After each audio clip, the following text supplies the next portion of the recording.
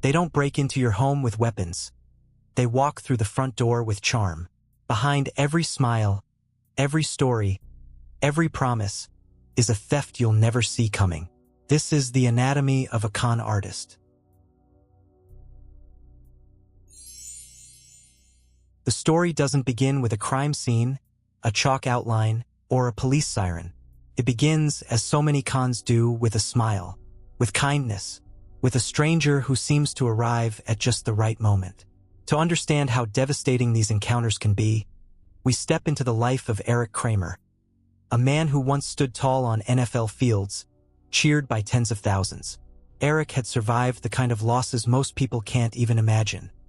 The death of his son, the passing of both parents, and a near-fatal gunshot wound to his own head. When he came back from that, alive but vulnerable, the world should have protected him. Instead, a predator was waiting. Her name was Courtney Baird. To the casual eye, she was attractive, charming, sympathetic. She slipped into Erik's world under the banner of help, cooking meals, organizing his life, appearing to care when so many others had stepped away. But what Erik couldn't see was that this sudden guardian angel was already stripping him bare. One ATM withdrawal at a time, one forged check at a time. This is the anatomy of a con. It doesn't look like a crime in the beginning. It looks like compassion. It looks like trust. It looks like love. And Erik wasn't the only one. Across the country, across the world, con artists follow the same playbook. They know how to manipulate grief, loneliness, ambition, even hope itself. They weave stories from faraway places. They exaggerate drama. They create urgency. They study your weaknesses until you are wide open. One of the most notorious modern cases was Mair Smyth, who styled herself as an Irish heiress. In truth, she was nothing of the sort. But her lies were so intricate, her presence so magnetic, that even seasoned professionals, people who thought themselves immune to deception, handed her their trust and their money. When she finally fell, it wasn't because her victims were gullible. It was because she had mastered the art of outfeeling people, twisting emotions until logic had no chance of surviving. This series will take you into that shadow world. Not the glamorous Hollywood version of con artistry, but the real one. The devastation, the manipulation, the years-long games played by people who live off illusion. And it begins with a single, chilling question. What if the person who just offered to help you wasn't a savior at all, but a thief waiting to strike? The truth about a con artist is that they never look like what we imagine. We expect shifty eyes, slicked back hair, maybe even a cartoonish villain twirling a mustache. But the real predators wear the mask of the ordinary, sometimes even the mask of kindness. To understand this world, you have to step into the shoes of those who lived it. People who had everything to lose and did. People like Erik Kramer, a former NFL quarterback whose story begins not in a stadium, but in the quiet aftermath of tragedy. Erik's life had already been shaken to its core. In 2011, his eldest son, Griffin, died of a heroin overdose at just 18. It was the kind of loss that severs something deep inside a parent. Then came more grief. His mother gone to cancer. His father, too. By 2015, Erik had collapsed under the weight of it all. He pressed a gun to his head and pulled the trigger. Somehow, miraculously, he survived. Doctors said he was alive but altered. His frontal lobe damaged. His ability to reason and plan blunted. He could play golf, chat with strangers, even smile for a photo. But complex thought, financial judgment, the capacity to defend himself against manipulation, those had been stripped away. And that's when she appeared. Her name was Courtney Baird. To outsiders, she was a girlfriend who came back out of concern. To Erik, she was a familiar face he barely remembered. Their relationship had ended years before and not on good terms. But Erik didn't recall that. His brain no longer stored the bitterness. Only fragments of memory she could rearrange to her advantage. Courtney played the role perfectly. She told his friends she loved him. She cooked meals, smiled sweetly, reassured his family that she was caring for him. She told Erik she was there to help. And everyone, at first, believed her. But behind that mask, the theft began. First, it was small. A little extra cash taken when she went shopping with his ATM card. $50 here, $100 there. Nobody noticed. Then the withdrawals grew. Thousands began vanishing. Erik's accounts, once padded with trust fund money, fell into overdraft. Even the memorial fund created for his son was drained until it sat empty. Friends grew uneasy. Boxes from Amazon piled up on his doorstep. Strange purchases Erik would never have made. His childhood friend Anna noticed and started digging. When she finally saw the bank statements, the truth became undeniable. Courtney was bleeding Erik dry. Nearly $50,000 gone in months. Anna went to the police. Detectives stepped in. They interviewed Erik, but what they found was heartbreaking. He didn't grasp what was happening. He trusted Courtney. When told she was stealing, he barely reacted, as if the words couldn't land. He wasn't capable of fighting back. And so Courtney pressed her advantage further.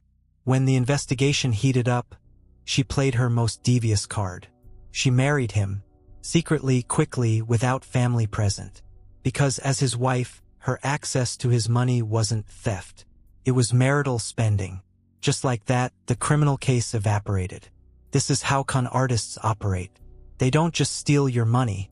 They weaponize the system meant to protect you.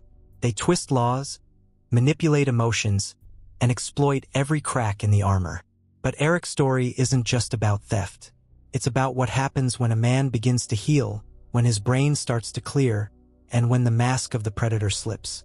Because one day, years later, Erik woke up. He realized what had been done to him, and that's when the real battle began. And Erik's story is not unique. His case is just one entry in a chilling catalog of cons that stretch across the country, across the world. Another name echoes in those files. Mair Smyth, better known to podcast listeners as the Irish Heiress. She didn't come for an injured quarterback. She came for neighbors, for friends, for anyone who trusted too easily. She posed as royalty, spun tales of Irish wealth, and charmed her way into lives she would later dismantle. And she did it all with the same red flags waving in the background, ignored until it was too late. This is what we're going to uncover. Over 20 chapters, we'll walk through the anatomy of these predators, the patterns they follow, the tools they wield, the lives they wreck. And we'll ask the most important question. How do we stop them before they strike again? Because the truth is, anyone can fall. Anyone can be conned. And the moment you believe you're too smart, too cautious, too experienced to be fooled, that's the moment you're already in danger.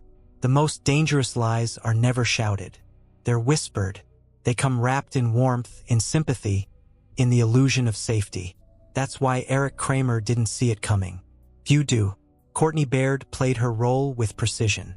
When people visited Erik's home, she put on the mask of the caregiver. She smiled warmly, refilled glasses of wine, and told stories of Erik's progress. She convinced his friends that she was his lifeline. And all the while, she was dismantling his finances piece by piece. It was almost elegant in its cruelty. She didn't storm in demanding cash. She slipped her hand into his accounts like a thief in the night, always just below the threshold of immediate panic. By the time people noticed, the damage was staggering. But here's the thing about predators. They don't act alone in a vacuum. They count on silence. They count on shame. And they count on the system to look the other way. When Erik's friend Anna confronted authorities with the evidence, the reaction was tepid. Yes, the withdrawals looked suspicious. Yes, Courtney had been forging checks. But would the case stick in court? Wasn't Erik her partner? Maybe she was entitled. Maybe it was just messy finances. That hesitation was all she needed. She pushed harder. She pulled Erik into a marriage he couldn't fully understand, sealing her access and shielding herself under the law. It was a masterstroke of manipulation. What looked like love was really a contract of control. For Erik, the fog of brain injury meant he didn't fight back. He couldn't. And for years, Courtney thrived in that space between his vulnerability and the system's indifference. But con artists make a critical mistake. They believe their control will last forever. They never account for change. And then it happened. In 2018, Erik's mind began to clear. Slowly at first, then suddenly. It was as if a switch had flipped, the static of brain damage giving way to clarity. He remembered, he understood, and the horror of what had been done to him came crashing in. He told Courtney he wanted her gone. He wanted a divorce. He wanted his life back. That's when she did what con artists always do when cornered. She went on the attack. She invented a story of abuse, called the police, and had Erik arrested. Headlines flashed across the internet. Former NFL quarterback charged with domestic violence. In an instant, his reputation, his very identity, was dragged through the mud. It's a tactic seen again and again. When the con unravels, the con artist plays the victim. They know how to cry on cue, how to scratch their own arm and call it an assault, how to twist the narrative so that the real victim looks like the villain. But Erik didn't fold. Not this time. With clarity restored, he fought. He exposed the lies, dismantled the charges, and dragged the truth into the light. The marriage was annulled. The theft was documented. And eventually, Courtney faced the courtroom. The verdict wasn't as satisfying as justice should be. A plea deal, a short jail sentence, restitution that barely scratched the surface. But for Erik, it was something more important. Acknowledgement. Proof that he hadn't been crazy. Proof that the world now knew what she was. And here's where his story turns from tragedy to warning. Because Erik isn't alone. His case is one of thousands. Some victims never recover. Some never speak. Others, like Erik, spend years clawing their way back to the truth. What makes these stories terrifying is not the scale of the theft, but the intimacy of the betrayal. Con artists don't rob banks. They rob hearts. They rob trust. They move into your home, sit at your dinner table, and convince you they are your protector, until the moment you discover they've been dismantling you from the inside out. And the patterns repeat. Again and again, across different names and faces, the same red flags wave in the background. The sudden helper who arrives out of nowhere. The overly generous new friend who showers you with kindness too fast. The avalanche of drama that binds you closer. The subtle isolation that pulls you away from people who might warn you. The backdoor bragging, the tales from faraway lands, the urgency to act now or lose everything. It is a playbook. And once you've seen it, you can never unsee it. Take Mair Smyth, the so-called Irish heiress. To her neighbors in Los Angeles, she was charming, worldly, connected. She slipped into their lives with accents and stories of power. She positioned herself as a friend, a confidant, even a savior. And just like Courtney, she drained them not only of money but of dignity, of trust, of the belief that the people we love are who they say they are. Mair's case would eventually explode into headlines and podcasts, a saga of deception that spanned years. But at the beginning, it looked so small, so harmless. Just like Courtney's. And that's the point. The anatomy of a con doesn't start with the theft. It starts with the seed, the tiny, seemingly innocent gesture that grows into ruin. By the time you recognize it, it's too late. So the question becomes, how do we see the flags sooner? How do we teach ourselves, and the people we love, to recognize the whispers before they turn into screams? That is the journey of this series. We'll walk through case after case, not to sensationalize the pain of victims, but to extract the lessons hidden inside. We'll see how con artists outfeel rather than outthink, how they prey on our best instincts, kindness, love, generosity, and twist them into weapons. Because only by understanding the anatomy of their craft can we hope to defend ourselves. And it all begins here with Erik Kramer, with the quarterback who was nearly destroyed not by a hit on the field, but by the woman who claimed to love him. This is not just his story. It is a mirror held up to anyone who has ever trusted too quickly, loved too blindly, or believed too deeply in someone who didn't deserve it. And as we turn the page, we move deeper into the underworld of deception, toward the schemes of Mair Smyth, the Irish heiress who left a trail of devastation across Los Angeles.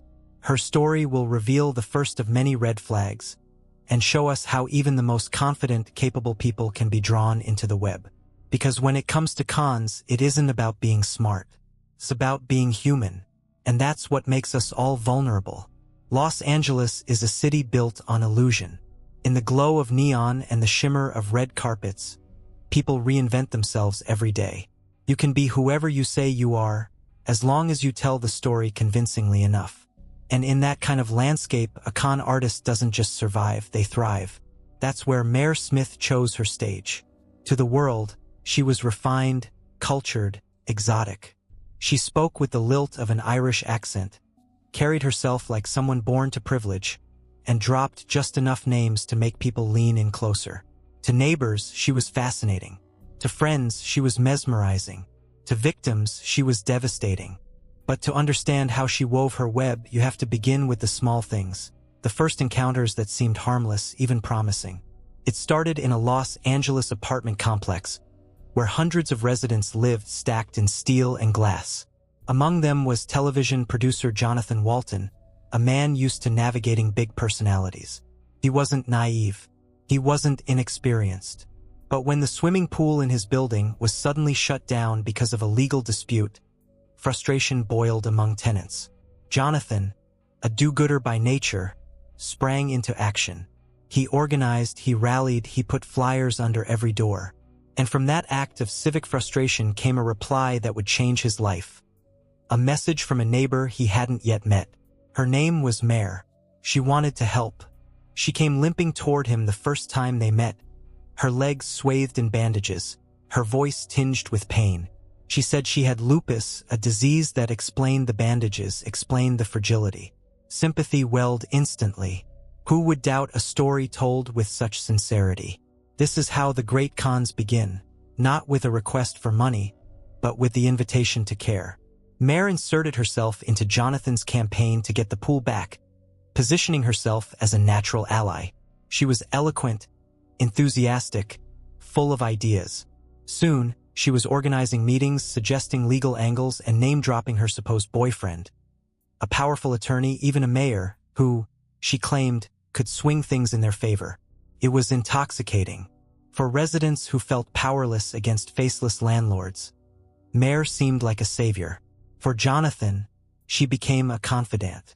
And over time, that friendship grew into something he thought was genuine, until it bled him of nearly everything. But in those early days, nobody saw it. Nobody saw how perfectly crafted her story was. She wasn't asking for money yet. She was offering solutions, a way forward, a partnership. She played the role of rescuer, just as Courtney Baird had done with Erik Kramer. The helper, the angel at the door, the neighbor who cares. And in Los Angeles, a city where loneliness often hides behind ambition, people are hungry for connection, hungry for allies. That hunger makes them vulnerable. Mair knew this instinctively. She carried herself like someone who belonged, someone who had lived in castles and flown first class her whole life. People wanted to believe her because believing her made them feel special too. If she really was royalty, if she really did have connections, then maybe their little pool dispute mattered in ways they hadn't imagined. That's the brilliance of the confidence game. It makes you complicit. You don't just believe the lie, you want to believe it. And so the door was opened wider. Mair stepped through. And from there, she would begin weaving a story so elaborate, so emotionally charged, that it would take years to unravel. But the signs were already there. The bandaged legs, the lupus tail, the mysterious boyfriend with power and influence, the sudden arrival with a solution, each one a red flag waving faintly in the background. But who was looking? Not Johnathan, not the neighbors, not anyone who would later realize that the woman they had welcomed wasn't a savior at all. She was a con artist perfecting her craft. The first con is never about money. It's about presence, about weaving yourself so deeply into someone's life that when the requests finally come, they don't feel like theft. They feel like loyalty. That was Mair Smyth's gift. Once she positioned herself as Johnathan's ally in the battle over the apartment pool, she began extending her roots. She was at meetings. She was the loudest voice in the room, eloquent and persuasive. She had solutions when others only had complaints. And with every word, she drew people closer to her orbit. But it wasn't just her ideas. It was her story. Mair told anyone who would listen that she wasn't just a woman living in an LA apartment building. She was Irish royalty, descended from wealth, steeped in privilege, someone who had seen more of the world than most people could dream of. She didn't drop it all at once. She teased it out. An accent here, a detail there. A reference to her estate overseas. A mention of powerful friends in Europe. It was intoxicating in its subtlety. Nobody thought to fact-check. Why would they? Who lies about something so fundamental as their own identity? And besides, Mair was too good at the performance. She carried herself with the easy grace of someone who belonged to another class entirely. She gave people the illusion of stepping into that world with her. To know Mair was to feel like you were brushing up against something rare, something special. That's how trust is built. Not just through kindness, but through admiration. If you believe someone is extraordinary, you lower your defenses. You want them to like you. You want to be chosen. Johnathan certainly did. He wasn't dazzled by money. He worked in television, used to glitz. But he was dazzled by her attention, by the way she positioned herself as a co-conspirator, a friend in the trenches. She wasn't just fighting for the pool. She was fighting for him, alongside him. That kind of bond is powerful. And then came the sympathy cards. Mair confided about her health struggles. Lupus, she said, had ravaged her body. She spoke of surgeries, of pain, of constant battles with her condition. The bandages on her legs seemed to confirm it. When she limped, people rushed to help her. And who would question a sick woman's story? This was more than a lie. It was a strategy.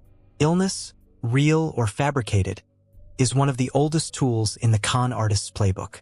It elicits sympathy, disarms suspicion, and creates an immediate excuse for odd behavior or missing money. If Mair was sick, then of course she needed help. Of course her life was complicated. Of course certain things didn't add up. And people believed. As weeks turned into months, Mair went from being a neighbor with ideas to being a fixture in Johnathan's life. She texted constantly. She inserted herself into his social circle. She attended dinners, outings, casual get-togethers. And with each interaction, she became harder to doubt. But con artists don't just insert themselves. They isolate. Slowly, carefully, they build walls between their victim and anyone who might see the truth. Mair whispered suspicions about others. She hinted that certain neighbors couldn't be trusted. She suggested that some people had hidden agendas. The result was subtle but effective. Tension, division, mistrust. Johnathan, who once relied on a wide community, found himself more and more dependent on her. And that's the key. Dependency. By the time the first requests for money would come, cloaked in urgency, drama, and sympathy, Johnathan wasn't just willing to help. He felt obligated. He felt it was what friends do. He felt it was what family does. Because Mair wasn't just conning him out of cash.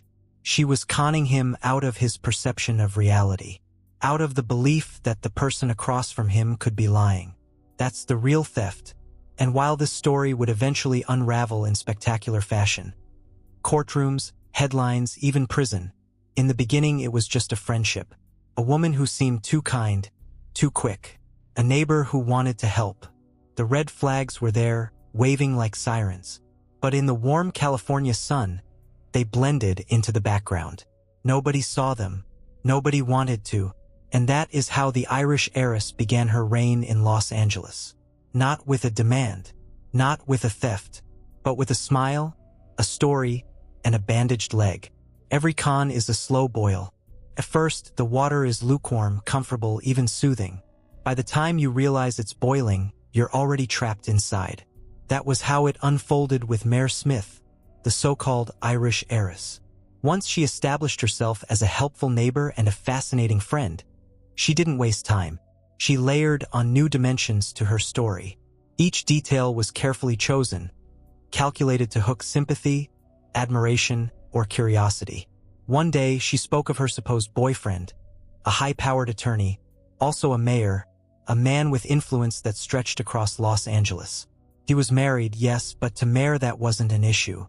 She portrayed herself as someone content with being in the background, someone who didn't need commitment. It made her sound worldly, pragmatic, even self-sacrificing. To Johnathan, Walton, and to others listening, the story was alluring. Who wouldn't want to believe they had a connection to someone with influence? Who wouldn't feel just a little special knowing a woman who could casually reference conversations with political power players? But behind the charm, Mair was laying the groundwork for control. Every fabricated detail gave her credibility. Every invented connection made her harder to question. And then came the drama. Started small. She'd confide in Johnathan about her health, saying the lupus was worsening. She'd limp dramatically, talk about flare-ups, and describe long nights of pain. Sometimes she hinted that her treatments were expensive, but she never outright asked for help. Not yet. That's the trick. A con artist knows that to rush is to risk. Better to let the victim offer. When sympathy alone wasn't enough, Mair added chaos. She'd tell stories about stalkers, jealous rivals, enemies plotting against her. Each revelation created a deeper bond with Johnathan. He wasn't just her neighbor anymore. He was her protector, her confidant, the one person she could trust in a hostile world. This is how isolation works. By painting herself as besieged, Mair pulled Johnathan closer while pushing others away. If he ever doubted her, the fear of abandoning her in her time of crisis kept him loyal. And the drama never stopped. It was relentless. There was the illness, the boyfriend's marriage complications, mysterious legal threats, sudden financial snares that seemed to appear out of nowhere. Each new crisis demanded attention. Each new story bound Johnathan tighter. He was no longer just a neighbor fighting for a pool. He was now cast in the role of rescuer in an unfolding soap opera. And with every act of loyalty, every late-night conversation, every defense of her to skeptics, the hook went deeper. What made it so effective was how ordinary it all felt in the moment. People deal with drama. Friends confide. Loved ones suffer. None of it seemed impossible. None of it screamed fraud. That's why the red flags so often go unnoticed. They don't arrive with neon lights. They arrive disguised as life. For Johnathan, the shift was almost imperceptible. One moment, he was championing a tenant's cause with a new friend. The next, he was tangled in her world, juggling secrets, crises, and obligations that weren't his own. And still, no money had changed hands. Not yet, because Mair understood something fundamental. The deeper the bond, the harder it is to say no. If you can make someone love you, trust you, or believe in you enough, the con is already won before the first dollar leaves their pocket. That moment was coming. Soon, the drama would crescendo into financial need, urgent, emotional, unavoidable. And when it did, Johnathan wouldn't see it as a request. He would see it as his duty. Con artists know timing is everything. Ask for money too soon and suspicion creeps in. Wait until the emotional bonds are unshakable and resistance melts away. By the time Mair Smyth finally pivoted from sympathy and drama to dollars and cents, Johnathan Walton was already fully entangled. It began with small, seemingly harmless requests. Not even requests, more like shared burdens. She'd sigh about her rent being unexpectedly late because of a mix-up at the bank. She'd mention an emergency expense for a medical procedure. She'd talk about money owed to her from overseas investments that were just about to clear.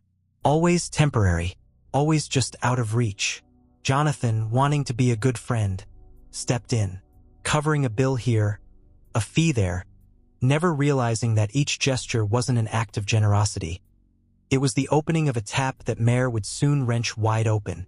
And when he paid, she made sure to reward him emotionally. Gratitude poured out of her in texts and late-night calls. She'd tell him she didn't know what she'd do without him. She'd say he was her rock, her lifeline, her only real friend in a world that had betrayed her. That's the art of it. Every dollar spent came wrapped in validation. Helping her didn't feel like loss, felt like love. But the amounts grew. What began as a few hundred quickly spiraled into thousands. Each new crisis demanded more urgency. There was the lawsuit she claimed she was fighting. The boyfriend whose powerful enemies supposedly threatened her. The supposed medical bills stacking up. Mair painted herself as a woman constantly under siege, and Johnathan as her only shield. The more money flowed, the deeper his investment became, not just financial but psychological. Victims of cons rarely walk away midstream, because admitting the lie means admitting they've been deceived all along. and that's harder than writing another check. Meanwhile, Mair worked on credibility. She'd flash evidence of supposed wealth. Designer clothes, luxury handbags, glamorous connections. She insisted she had the resources, that she would pay him back, that this was all temporary until her accounts were unfrozen or her settlements cleared.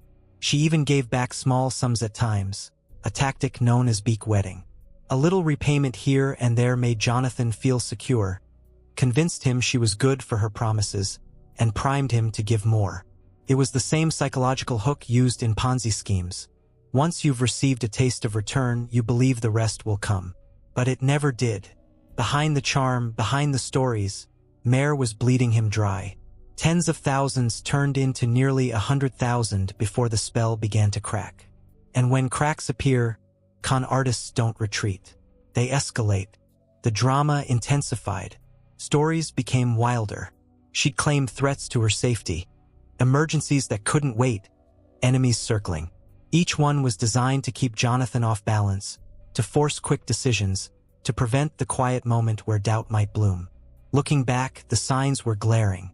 The too fast intimacy, the endless crises, the secrecy, the urgency. But when you're inside the storm, red flags look like lifelines.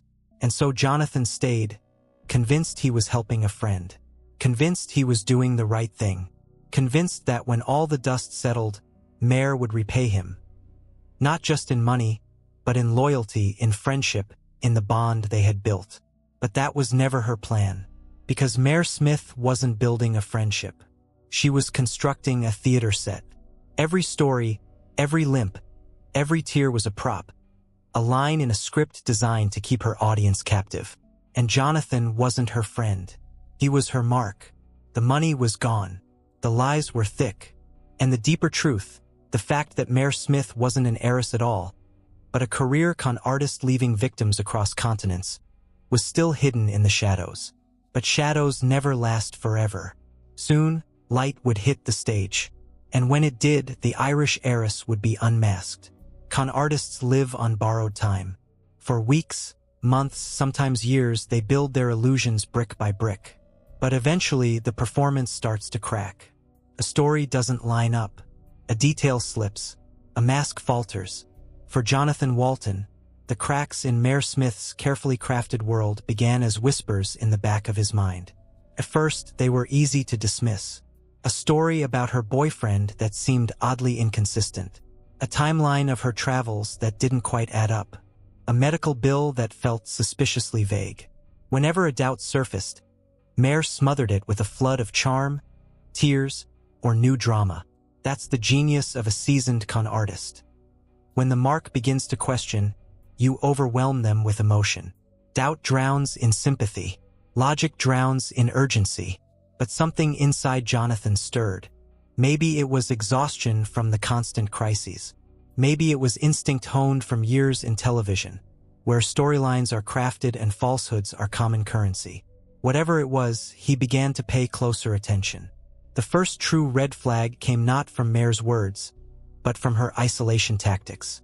She began subtly warning him about neighbors, claiming some were dangerous, untrustworthy, or even criminal. She hinted that people were spreading lies about him too. It worked for a while. He withdrew, more dependent on her. But eventually, Johnathan noticed the pattern. Every time he grew close to someone else, Mair had a reason to push them away. Every time he leaned on another friend, she painted them as a threat. And it raised a question. Why would a true friend fear his other friendships?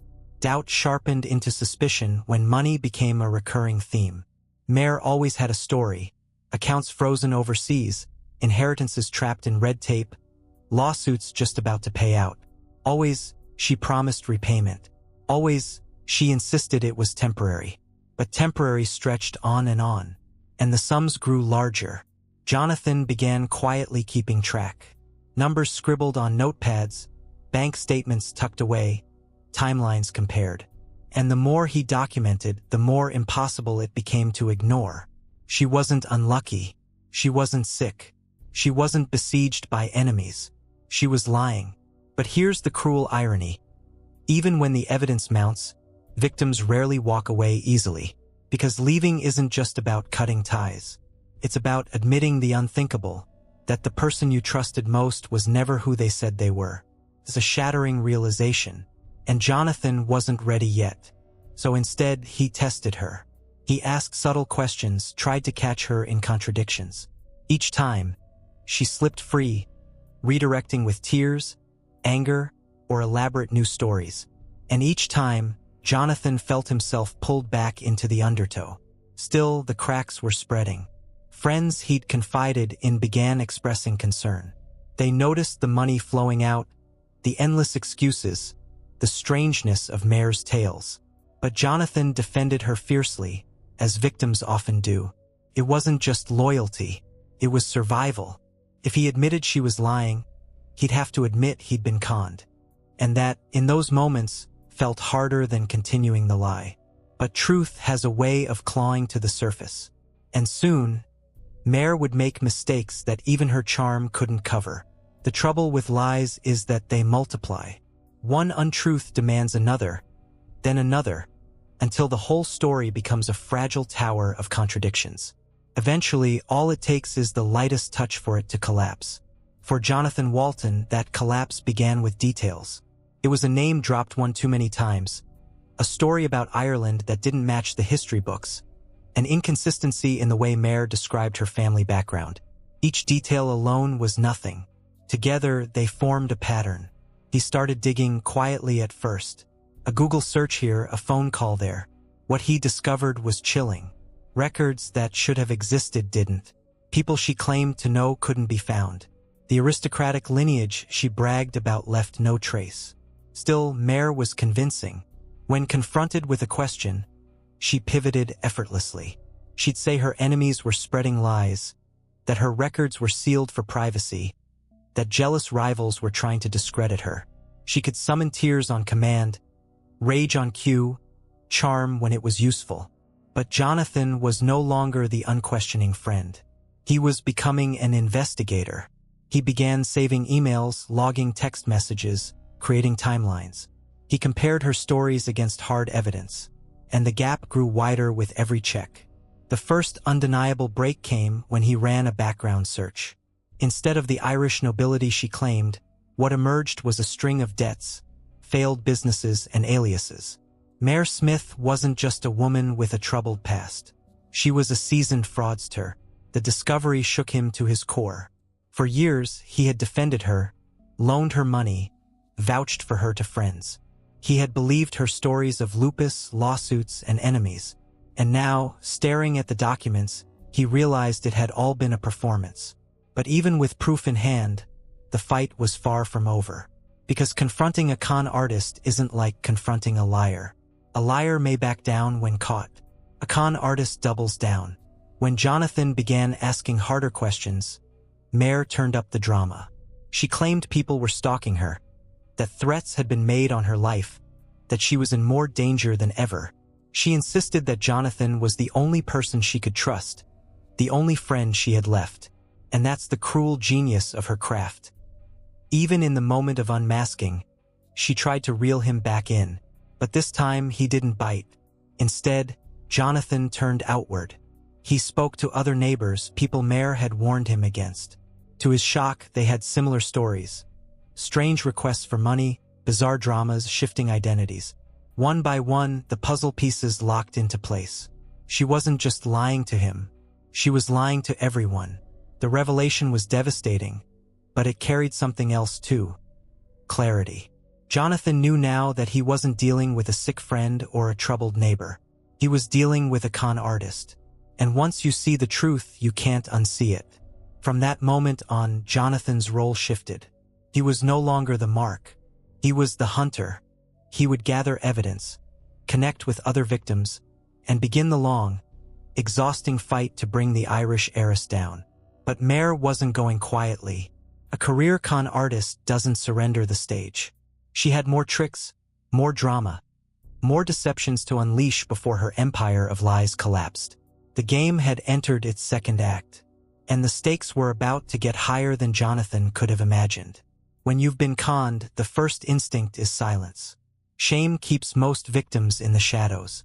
They whisper their losses, if they whisper at all, because speaking them aloud feels like admitting foolishness. But Johnathan Walton was different. Once he realized that Mair Smyth wasn't who she claimed to be, silence wasn't an option. He wasn't just fighting for his money back. He was fighting for his dignity and for the truth. The transition from victim to investigator began with one simple decision. He started talking. At first, it was quiet conversations with neighbors, the very people Mair had warned him against. To his astonishment, their stories mirrored his own. She had borrowed from them too. She had spun similar tales of sickness, drama, and powerful connections. Each person thought they were alone. Each believed they had been singled out. But together, the picture was undeniable. Mair was running the same play on everyone, adjusting the details to fit the audience. Johnathan began building a file. He collected emails, texts, receipts, bank statements. He cross-referenced timelines, charting when money had changed hands, when crises had erupted, when her stories shifted. The more he gathered, the clearer the pattern became. Mair wasn't improvising. She was orchestrating. But confronting her wasn't simple. Each time he pushed, she retaliated with more drama. She cried, accused, deflected. She claimed people were conspiring against her. She suggested Johnathan was being manipulated by others. She even tried to paint him as the problem, a tactic con artists often used to keep the spotlight off themselves. For a time, the gaslighting worked. Johnathan questioned his own instincts, wondered if he was overreacting. But the evidence in his hands told a different story. And once you have proof, doubt has no oxygen. The next step was riskier, reaching out beyond the building. Johnathan scoured public records, tracing Mair's past. What he found was staggering. Multiple addresses, multiple aliases, a history that stretched across countries. And scattered among those records were signs of other victims. People she had scammed in different states, even overseas. It was no longer just a personal betrayal. It was a career of deception. And yet, when Johnathan took his findings to the police, he hit a wall. Fraud cases are notoriously difficult to prosecute. Without clear evidence of intent, without a straightforward paper trail, authorities are often reluctant to act. Mair knew this. She thrived on it. But Johnathan refused to let it go.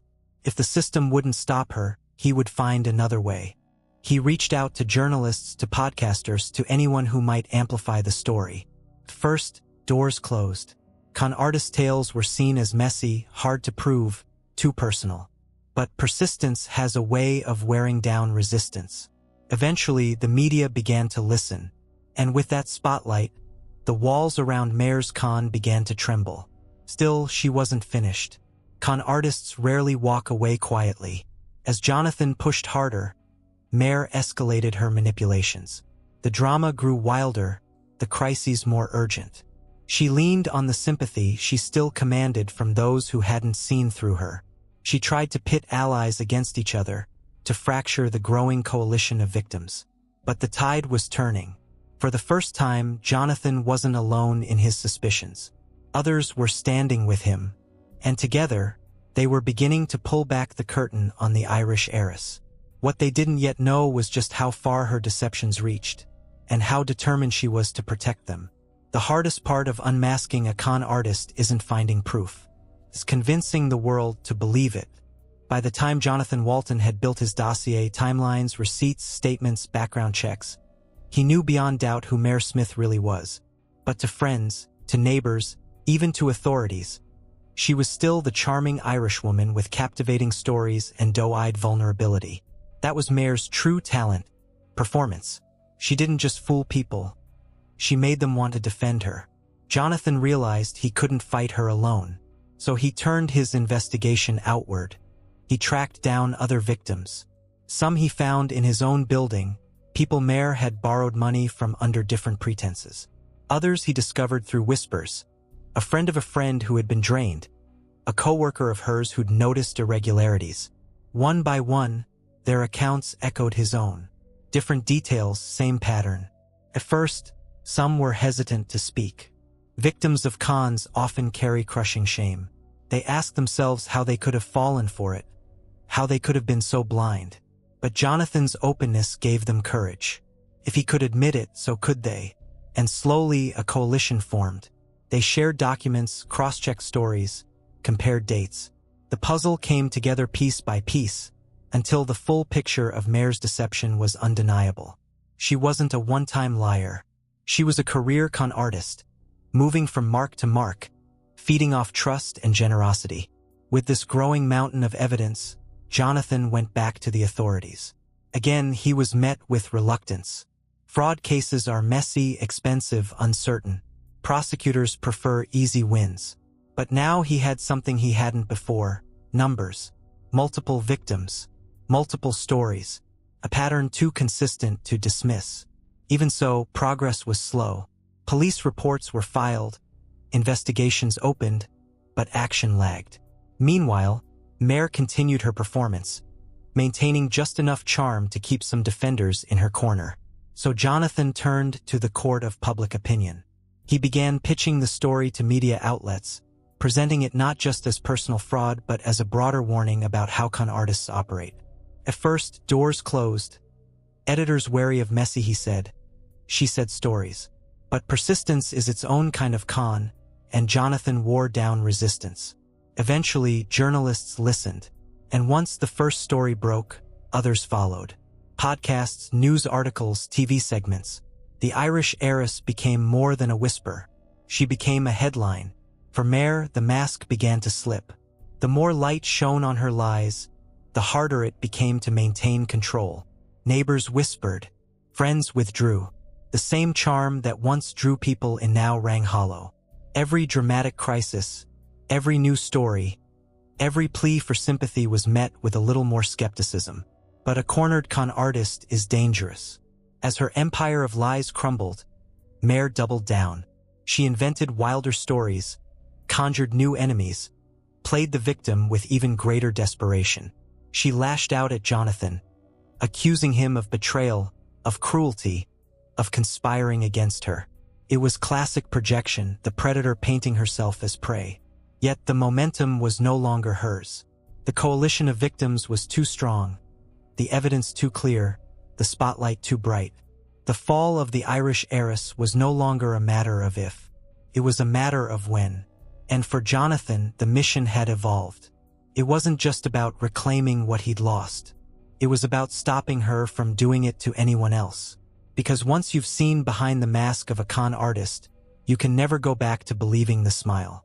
For years, Mair Smyth had lived by one principle. The law is slow, but lies are fast. She thrived in the gap between the two. By the time truth caught up, she was already gone, already feeding off a new mark, already spinning a fresh story. But in Los Angeles, the walls were closing in. By now, Johnathan Walton wasn't just a victim. He was a crusader. With a coalition of neighbors and friends behind him, he marched their evidence into the hands of authorities. What had once been shrugged off as a messy personal dispute was now a stack of reports, affidavits, and bank statements too thick to ignore. Detectives began to listen. Prosecutors took notes. For the first time, the possibility of real accountability flickered on the horizon. But Mair didn't wait passively for justice to arrive. The moment she sensed the net tightening, she shifted into survival mode. She had done it before in other cities, other countries, and she knew the tactics by heart. She cried victim. She claimed Johnathan was harassing her, stalking her, even endangering her life. She hinted at powerful enemies who were out to destroy her. She accused her accusers of cruelty, of discrimination, of jealousy. It was gaslighting on a grand scale, the same tactics she'd used to keep individual victims in line, now deployed against the entire system. And for a while, it almost worked. In fraud cases, intent is everything. Prosecutors must prove not just that money changed hands, but that it was given under false pretenses. That's a slippery thing to nail down when the transactions look like loans or gifts. Mair knew this. She wrapped her theft in enough ambiguity to give herself plausible deniability. But what she hadn't counted on was the sheer persistence of her victims. Johnathan didn't stop at filing reports. He called. He emailed. He followed up relentlessly. refusing to let the case slip into the bureaucratic abyss. Other victims joined him, their voices adding weight, their testimonies tightening the net. And then came the media. Podcasts and news outlets began to cover the story of the so-called Irish heiress.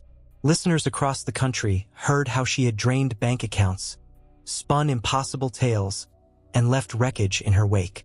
The public exposure shifted the balance. Prosecutors don't like messy cases, but they also don't like headlines about their inaction. Finally, after years of lies, the wheels of justice began to turn.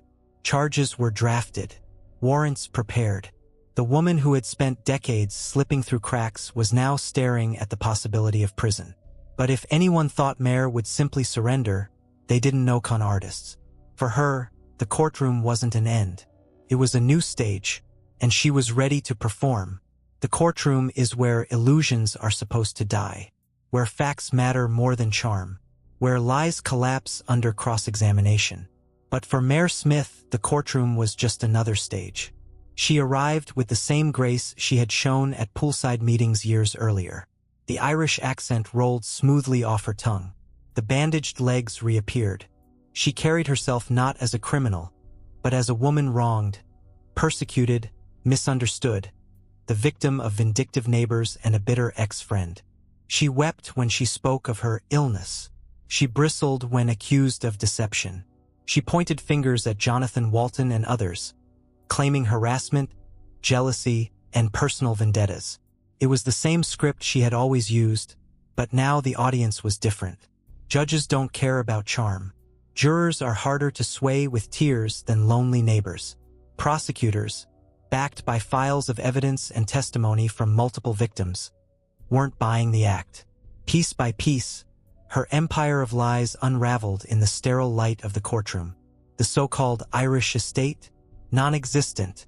The lawsuits and frozen accounts, fabricated. The medical crises, conveniently timed, unsupported by records.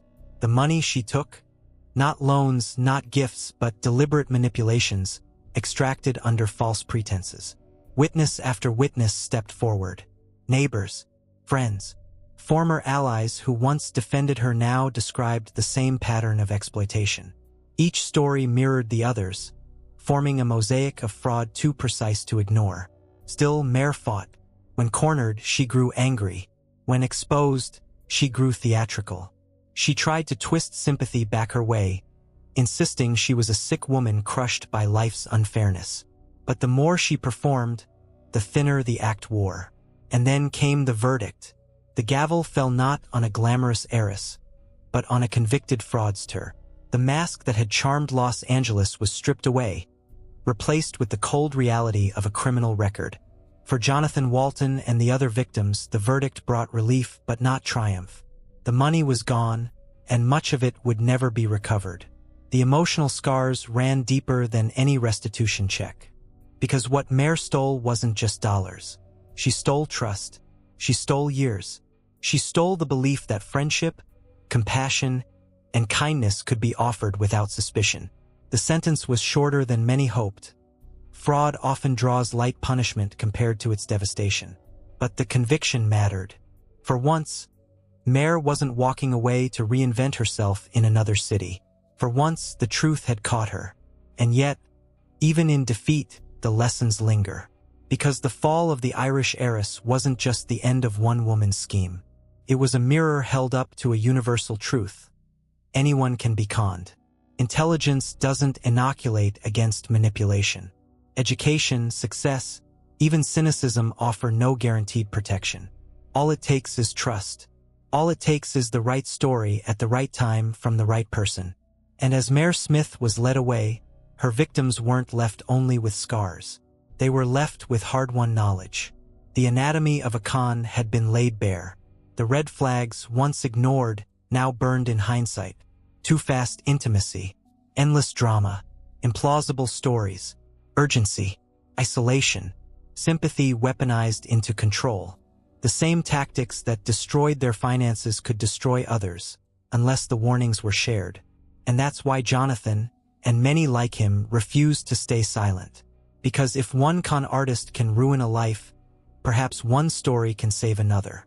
When people hear the word con artist, they think of slick talkers in cheap suits, carnival grifters shouting over the noise of a crowd. But the reality is far more unsettling. The most effective con artists don't look like criminals. They look like friends, neighbors, caregivers, lovers. They are ordinary people with extraordinary appetites, driven not by need but by compulsion. So why do they do it? Psychologists have spent decades studying the minds of fraudsters. The answers vary, but a common thread runs through them all. Manipulation is their addiction. For some, it begins in childhood. A lie told to escape punishment becomes a habit. They learn early that words can bend reality, that charm can erase consequences. Over time, the thrill of getting away with it becomes as intoxicating as the money itself. Others are shaped by desperation. Poverty, trauma, or rejection carves a hunger so deep that deception feels like survival. But as the years pass, survival shifts into sport. What begins as necessity becomes pleasure. Then there are those with darker traits. Narcissism, sociopathy, even psychopathy. For them, victims aren't people at all, they're pawns on a board. To watch someone believe a fabricated story, to watch them hand over money or trust, isn't just profitable. It's exhilarating. Neuroscience even shows that chronic liars process guilt differently. Brain scans reveal muted responses in areas associated with empathy and remorse. In other words, their wiring protects them from the shame that would stop the rest of us. And here's the most terrifying part. Many don't see themselves as villains. Ask a con artist why they do it, and you'll hear justification after justification. I was owed this. They could afford it. Everyone lies. I'm just playing the game better than most. This warped logic is their armor. It allows them to sleep at night, to look their victims in the eye, to weep crocodile tears in court while swearing they never meant harm. But what really makes them dangerous is their ability to adapt. When one trick fails, they refine it. When an identity wears thin, they invent another.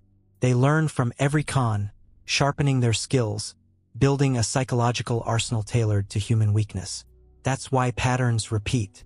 Mair Smyth wasn't the first to fake illness. Courtney Baird wasn't the first to play caretaker. Romance scammers aren't the first to promise marriage and never deliver. These are ancient plays in an old script, passed down and polished through centuries of deceit. But the consistency isn't accidental. It's proof of what psychologists call emotional targeting. Con artists study people the way predators study prey. They sense loneliness, grief, ambition, or greed, and they strike where the armor is weakest. The tactic isn't to outthink their victims. It's to outfeel them, to overwhelm logic with emotion until reason is no longer part of the equation. And once you understand that, you begin to see the anatomy of every con more clearly. If you strip every scam down to its bones, the skeleton looks the same. Different costumes, different accents, different backdrops, but always the same anatomy. Psychologists call it the confidence game. That's where the word con comes from. Not convict, but confidence. The theft isn't the first step. It's the reward at the end. The real trick is convincing you to hand over your confidence so completely that giving up money, secrets, or trust feels like your own idea. So how do they do it? They start with rapport. Too much kindness too fast.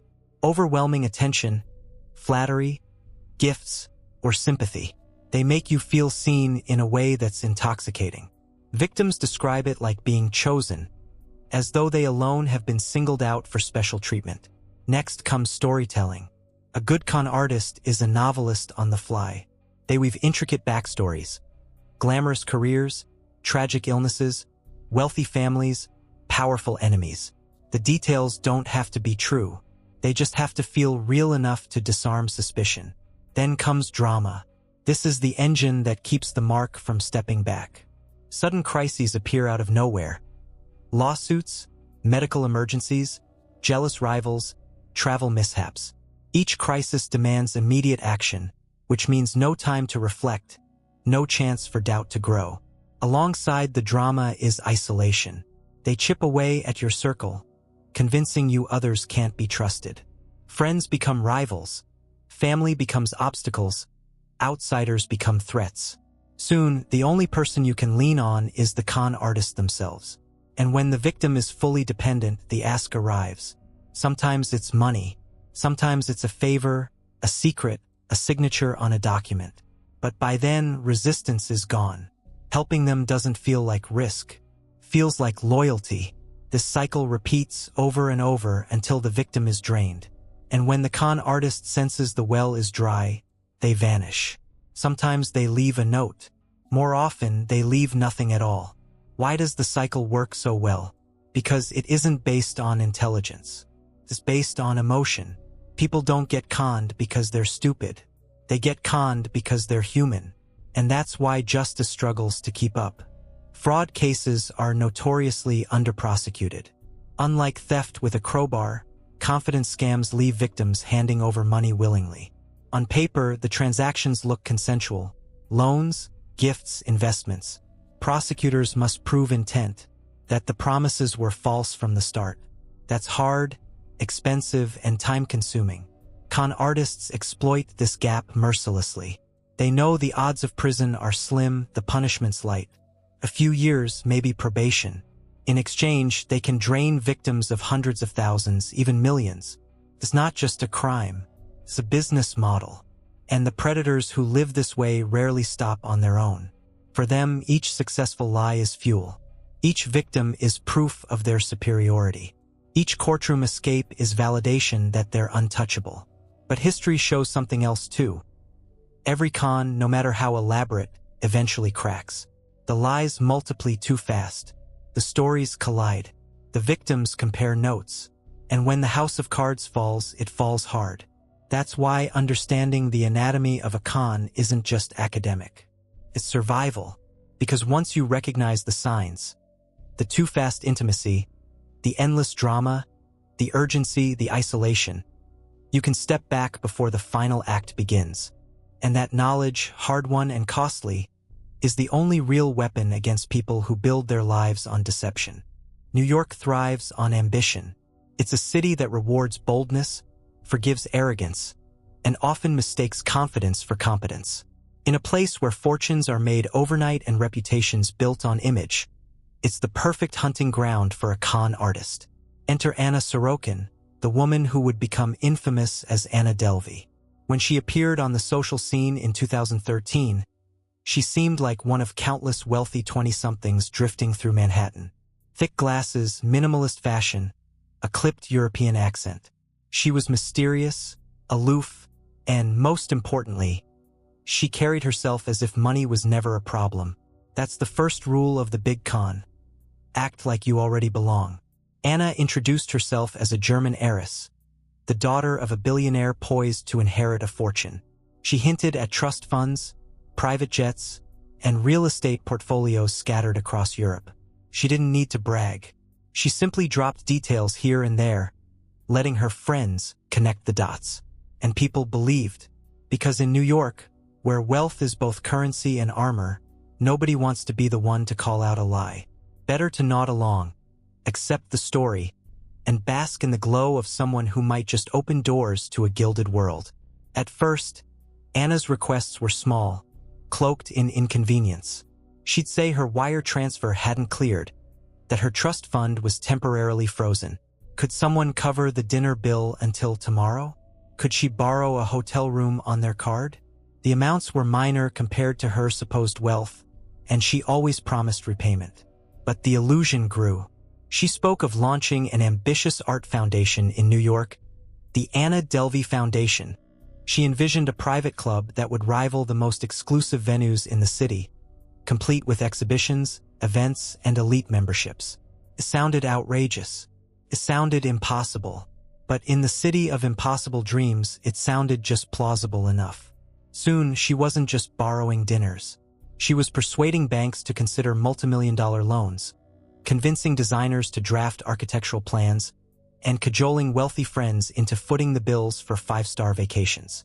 Every step was lubricated with the same tactics we've seen before: charm, urgency, drama, a carefully curated aura of inevitability, as if questioning her would mark you as provincial, as someone who didn't belong in her rarefied circle. And just like that, Anna Delvey became a fixture in Manhattan's glittering scene. She attended Fashion Week, threw lavish parties, and ordered champagne with abandon. What nobody realized was that the heiress they admired was nothing more than a Russian-born daughter of a truck driver, reinvented through sheer audacity. Her empire wasn't built on money.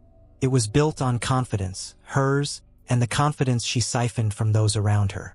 Every con artist believes the same lie, that the illusion can last forever, that charm and audacity will always outrun reality. But reality has a way of catching up, and when it did, Anna Delvey's empire of smoke and mirrors collapsed in spectacular fashion. The cracks began, as they often do, with money. Hotel bills stacked up, tens of thousands of dollars on luxury suites, never settled. Promised wire transfers from overseas trust funds never appeared. Credit cards maxed out. Staff grew suspicious. But Anna always had an explanation. The bank was slow. The transfer was delayed. Her family's lawyers were incompetent. The excuses bought her time, but not indefinitely. One of the sharpest breaks came during a lavish trip to Morocco. Anna had convinced a group of friends, including a Vanity Fair photo editor and a celebrity personal trainer, to join her at an exclusive resort. She promised to cover the costs. But when the bill came, over $60,000, Anna's credit cards mysteriously failed. One by one, her companions were pressured to put the charges on their own cards. Some agreed out of embarrassment, others out of loyalty.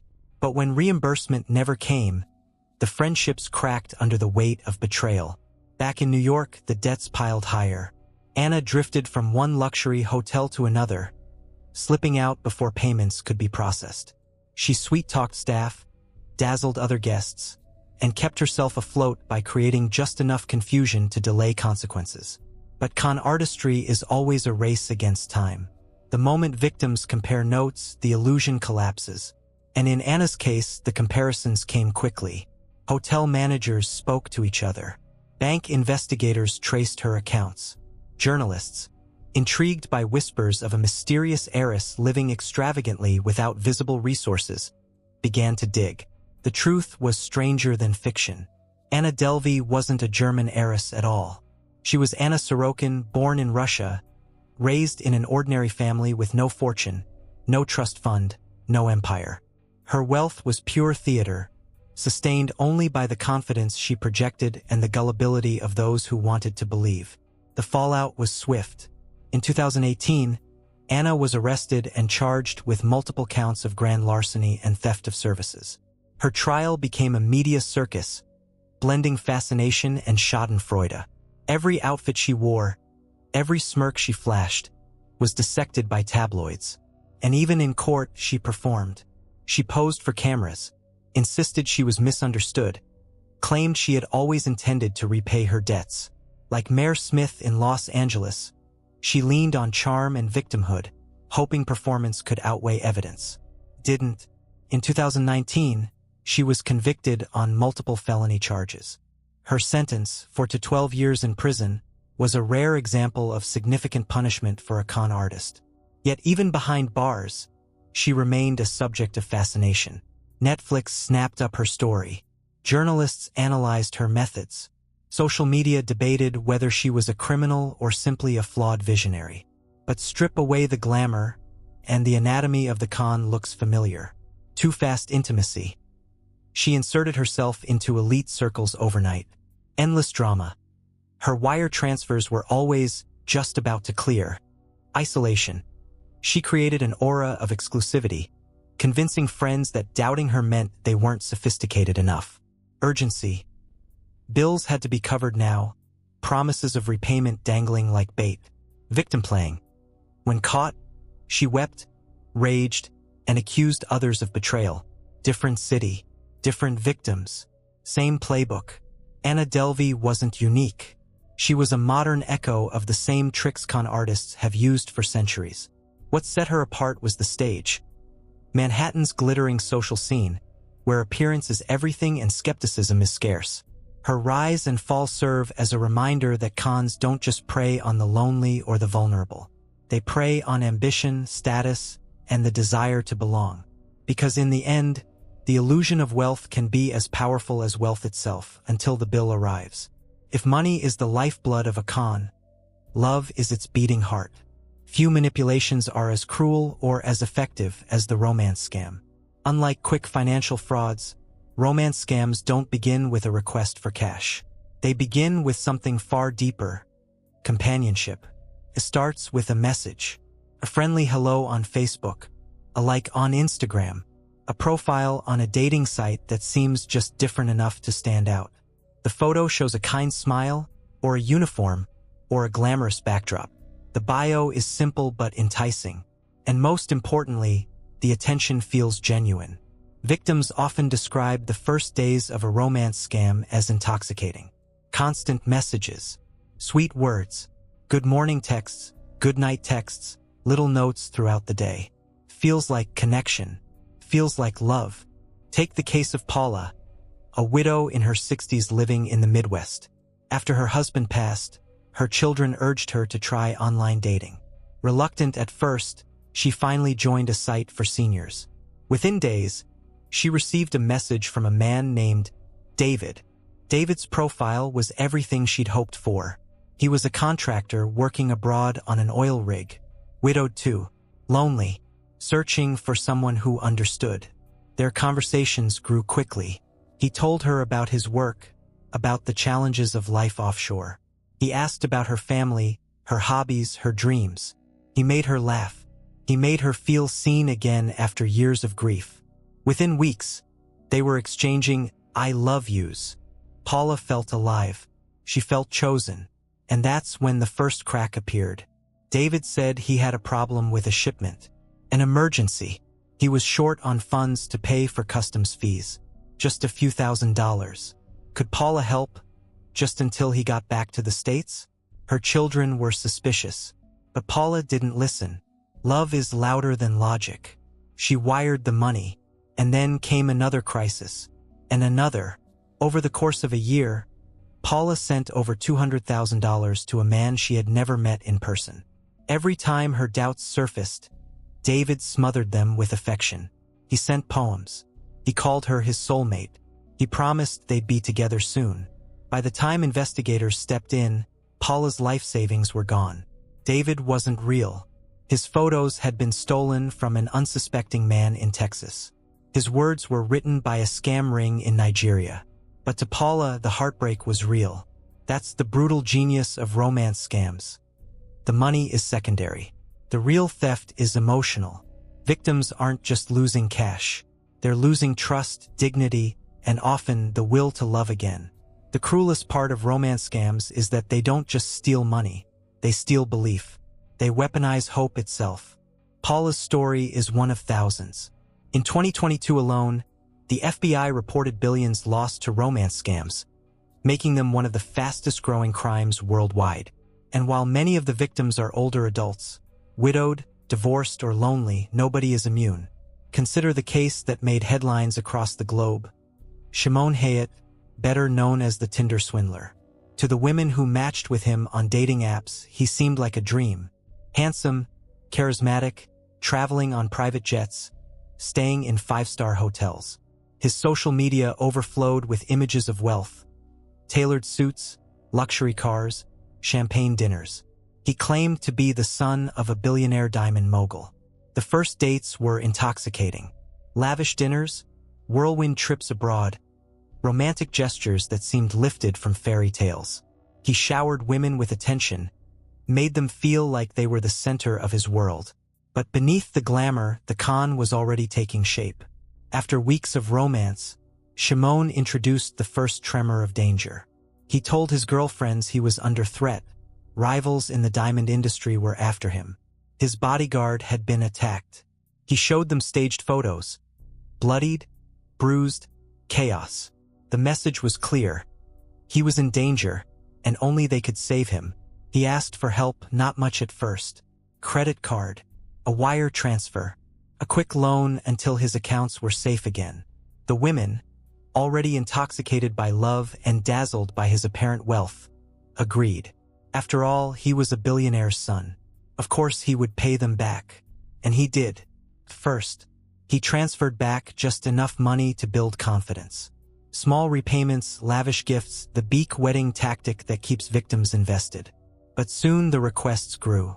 Tens of thousands, hundreds of thousands, each framed as urgent, life or death, proof of loyalty. His victims drained their savings, maxed out their credit cards, even took out new loans. By the time authorities caught up, Shimon had stolen millions, not through hacking or armed robbery, but through whispered "I love yous" and frantic pleas for help. The parallels to Paula's story are striking. Different stage, different style, but the same anatomy. Rapid intimacy, declarations of love or displays of wealth too soon. Endless drama, crises that demand immediate action. Urgency, money must be sent now. Isolation, convincing victims not to tell family or friends, lest they ruin the relationship. Victim playing, presenting himself as the one under attack, needing protection. And just like Anna Sorokin or Mair Smyth, Shimon thrived because victims wanted to believe. Love blinded logic.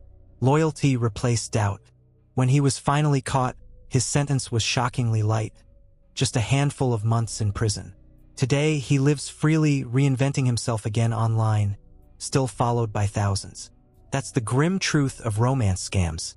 Even exposure doesn't always end them. The same charm that deceives victims can captivate audiences. Some con artists become celebrities in their own right, their crimes glamorized rather than condemned. But for the victims, the scars linger. Many lose not just money, but trust in others. Some never date again. Some lose families who can't understand how they fell for it. The shame isolates them, which is precisely the environment that future con artists exploit. And that is why telling these stories matters. Because if we keep them in the shadows, predators thrive. But if we drag them into the light, if we recognize the red flags for what they are, we have a chance to break the cycle. Love should be a source of joy, not a weapon. Yet, in the hands of a con artist, it becomes the sharpest blade of all. Some cons don't come in the form of fake heiresses or false romances. Some arrive dressed as salvation. That's the danger of the cult-like con. It doesn't just steal money.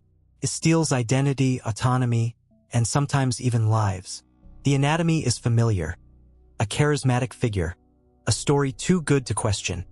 A community bound by secrecy and loyalty. But here, the stakes are higher. The red flags are wrapped in the language of self-improvement, spirituality, or purpose. Victims aren't just convinced to open their wallets. They're convinced to surrender their very sense of self.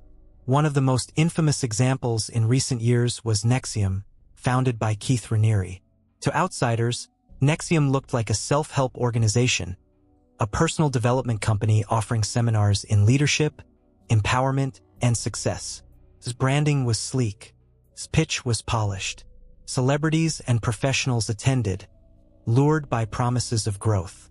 At the center was Raniere, who styled himself as a genius, a visionary, even a humanitarian.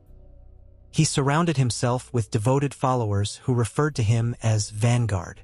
His every word was treated as wisdom, his approval sought like oxygen. That's the first mark of a cult-like con. The cult of personality. Raniere convinced his followers that he alone could unlock their potential. Through seminars, participants were told to shed their doubts, to trust the program, to surrender to the process. And once they did, the hooks went deeper. Members were urged to recruit others, each layer expanding NXIVM's reach. They were asked for loyalty pledges, financial commitments, and eventually, obedience that blurred into exploitation. Women, in particular, were targeted through a secret subgroup known as DOS. Marketed as a female empowerment circle, it was in truth a system of coercion. Members were branded with Raniere's initials, starved to maintain discipline, and manipulated into sexual servitude. The red flags were everywhere, but cloaked in the language of growth. Control was called empowerment. Deprivation was called discipline. Exploitation was called loyalty. And like every con, doubt was suffocated with drama. Anyone who questioned Raniere was told they were resisting growth, sabotaging their own potential. Critics were painted as enemies. Isolation deepened. Dependence grew. NXIVM operated for decades, pulling in millions of dollars, until former members broke their silence and investigative journalists pried the mask away.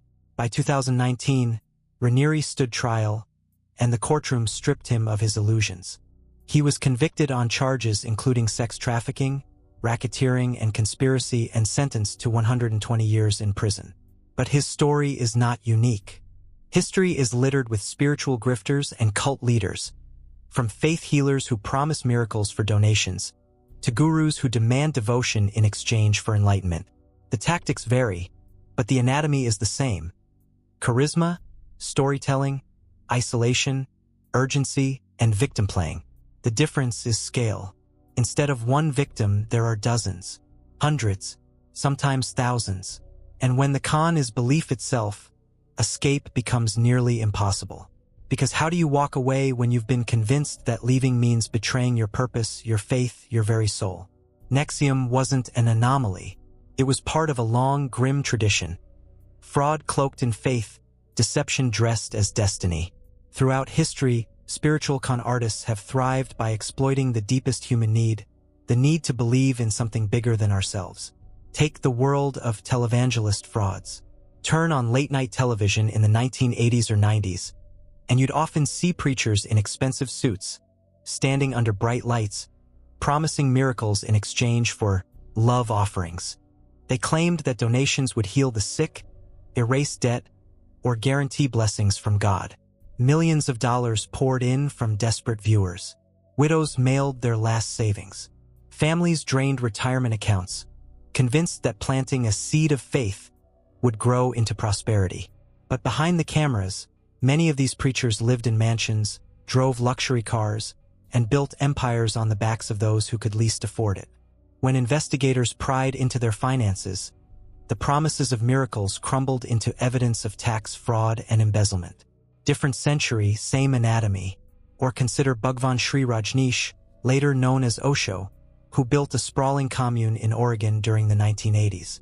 To followers, he was a guru offering spiritual liberation. To outsiders, he was a charismatic fraud who amassed a fleet of Rolls-Royces while his inner circle plotted bioterror attacks to maintain control. His disciples weren't gullible fools. They were doctors, lawyers, professionals, intelligent people searching for meaning. But that's the unsettling truth. Intelligence doesn't shield against manipulation. If anything, ambition and idealism make people more vulnerable because they're willing to sacrifice more for what they believe is a higher purpose. Whether it's televangelists, gurus, or self-help moguls, the red flags of the con shine through the veil of spirituality. Charisma as currency. A leader whose word is treated as unquestionable truth.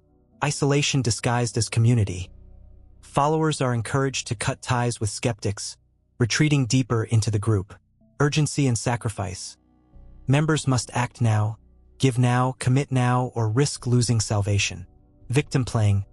Critics are painted as persecutors, outsiders as enemies, leaving the leader as the embattled hero. And just like smaller cons, these schemes collapse the moment light floods in. Investigations reveal hidden bank accounts, whistleblowers describe abuse, and the illusion of holiness shatters under cross-examination. Yet even after exposure, the story rarely ends. Many followers remain loyal, insisting the leader was misunderstood. Some cons survive for decades after their architects are jailed or dead, proving that belief is harder to kill than any scammer. That's what makes cult-like cons so dangerous. A stolen check can be replaced. A drained bank account can sometimes be recovered. But the theft of identity, purpose, and faith leaves scars that can take a lifetime to heal. And the cruelest irony? Just like Anna Sorokin in New York or Mair Smyth in Los Angeles, these predators succeed not because their lies are brilliant, but because their victims' hopes are real. Hope for healing, hope for love, hope for purpose. It's the most human thing in the world. And in the hands of a con artist, it becomes the most dangerous. Money has always been fertile ground for deception. From the first coin minted, there have been men and women scheming to multiply it not by labor or invention, but by illusion. And no illusion has proven more enduring than the Ponzi scheme. It began, fittingly, with Charles Ponzi himself in the 1920s. A charming Italian immigrant, Ponzi promised investors something irresistible: a 50% return in just 45 days. His pitch was simple, wrapped in the legitimacy of international finance. He claimed he could exploit differences in currency exchange rates using postal reply coupons, a technical detail few understood, but all wanted to believe in. Money poured in. Working-class immigrants, wealthy professionals, even banks handed over their savings. Ponzi delivered on his promises at first. Early investors received payouts exactly as promised, and word spread like wildfire. What few realized was that the profits weren't coming from any clever scheme. They were coming from the pockets of new investors. It was a house of cards, and it grew taller by the day. At its peak, Ponzi was raking in millions, living in mansions, posing as a financial genius. But when the stream of new investors slowed, the illusion collapsed. In 1920, the scheme imploded, leaving thousands penniless and Ponzi himself a household name, immortalized in the very crime he perfected. The lesson should have been clear, and yet, nearly a century later, history repeated itself on a scale Ponzi could never have imagined. This time, the man was Bernard Madoff. Where Ponzi had promised fast profits, Madoff promised something more subtle: stability. Through his investment firm, Madoff delivered returns that seemed modest but magical, consistent gains year after year, even when the stock market faltered. In the volatile world of Wall Street, that consistency was gold. Charities, pension funds, celebrities, billionaires, they all lined up to hand him their money.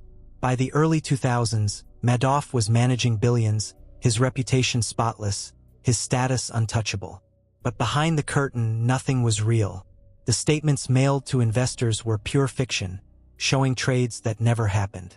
Payouts came not from profits, but from the constant influx of new money. Just like Ponzi, Madoff was robbing Peter to pay Paul, on a scale the world had never seen. The brilliance of Madoff's con wasn't in the trick itself. It was in the trust he cultivated. He wasn't some fringe hustler. He was the chairman of NASDAQ. He was a philanthropist. He was a man whose social circle included the elite of finance, politics, and Hollywood. And that's the key. The larger the illusion, the more people fear questioning it. If everyone believes, the silence becomes its own protection. For decades, whistleblowers raised concerns. Analysts noticed that Madoff's returns were mathematically impossible. But regulators looked the other way. After all, who wanted to believe that one of Wall Street's brightest stars was nothing more than a thief in a designer suit? The reckoning came in 2008, when the financial crisis dried up the flow of new money. The house of cards collapsed, just as it had for Ponzi. Madoff confessed to orchestrating the largest Ponzi scheme in history, over $65 billion stolen. The fallout was catastrophic. Charities folded. Retirements vanished. Families who had entrusted their life savings to Madoff were left destitute. And the man once hailed as a financial wizard died in prison, disgraced, his name forever synonymous with betrayal. Different century, different victims, same anatomy. Bernard Madoff's empire was colossal, but most financial cons don't make headlines. They happen in church basements, neighborhood associations, and community centers. And they often cut even deeper, because the betrayal comes not from strangers, but from trusted insiders. This is the world of affinity fraud. Affinity fraud preys on the bonds of shared identity, religion, ethnicity, profession, or social circles. The scammer is one of us, which makes suspicion feel like betrayal. Consider the case of Ephraim Taylor, a self-proclaimed financial whiz who toured America's black megachurches in the mid-2000s. Dressed in sleek suits, speaking the language of faith, he promised congregants safe investments that aligned with Christian values. Pastors introduced him from the pulpit. Parishioners handed over retirement funds, convinced they were supporting both their future and their faith. But the investments were fiction. Millions vanished into Taylor's pockets and bad deals, leaving devastated families in his wake. When the truth emerged, it wasn't just a financial wound. It was spiritual betrayal. A scammer had weaponized trust in God itself. The pattern isn't unique to religion. In Latino communities, immigrant groups, even veterans organizations, scammers exploit the same bond. They know that when someone speaks your language, shares your culture, or sits in your pew, you're less likely to question their promises. And in the digital age, the stage for financial cons has only grown larger. Enter crypto scams. The rise of cryptocurrency brought not just innovation, but opportunity for deception. With jargon-heavy technology and wild success stories of overnight millionaires, it was fertile ground for con artists. Some ran blatant Ponzi schemes, promising astronomical returns from mining or trading bots. Others launched fake coins, hyped them on social media, and vanished once investors bought in, the infamous rug pulls. In 2021, a token themed after the hit show Squid Game surged in value after viral hype. Thousands of small investors bought in. Then, overnight, the developers cashed out, disappearing with millions, leaving behind worthless digital scraps. Whether it's a church pulpit or a crypto forum, the anatomy doesn't change. Rapport, I'm one of you. Storytelling, a visionary project, a once-in-a-lifetime chance. Drama and urgency, get in now or you'll miss it. Isolation, don't listen to skeptics, they're just jealous or ignorant. Payoff illusion, early returns or skyrocketing values that are nothing more than smoke and mirrors. And just like Ponzi or Madoff, these schemes collapse when the flow of new money stops. By then, the con artist has fled, and victims are left piecing their lives back together. What makes financial cons particularly insidious is how they blur the line between trust and greed. Victims often feel ashamed, believing they were fooled by their own ambition. But the truth is harsher. They weren't blinded by greed, they were targeted by precision. Their trust, their hope, their identity were used as weapons against them. And just like romance scams or cult-like deceptions, financial fraud thrives because people believe they're safe. It's never me, it's always someone else. Until the moment it isn't. A con aimed at one person can ruin a life. A con aimed at millions can rewrite history. That's why political con artistry is the most dangerous of all. It takes the same playbook used by Mair Smyth, Anna Sorokin, or the Tinder swindler charm, storytelling, urgency, isolation, and applies it to entire populations. History is full of leaders who weren't just politicians, but consummate con artists. They sold lies as visions, manipulation as leadership, and greed as patriotism. And just like smaller grifters, they thrived because people wanted to believe. Take Adolf Hitler in the 1930s. His rise wasn't fueled only by violence, but by persuasion. He told a story of a betrayed nation, humiliated after World War I, destined to rise again. He gave people a villain, Jews, foreigners, political opponents, and promised salvation through loyalty to him. The promises were seductive: jobs, pride, belonging. The reality was devastation on a scale the world had never seen. Or consider Ferdinand Marcos of the Philippines, who built his rule on illusions of prosperity. For years, he convinced the public that his regime was modernizing the nation, while behind the curtain he siphoned billions into hidden accounts. The charm of his wife Imelda, with her opulent lifestyle, masked the rot beneath the surface. Even in democratic societies, political cons thrive. Campaign promises that were never meant to be kept.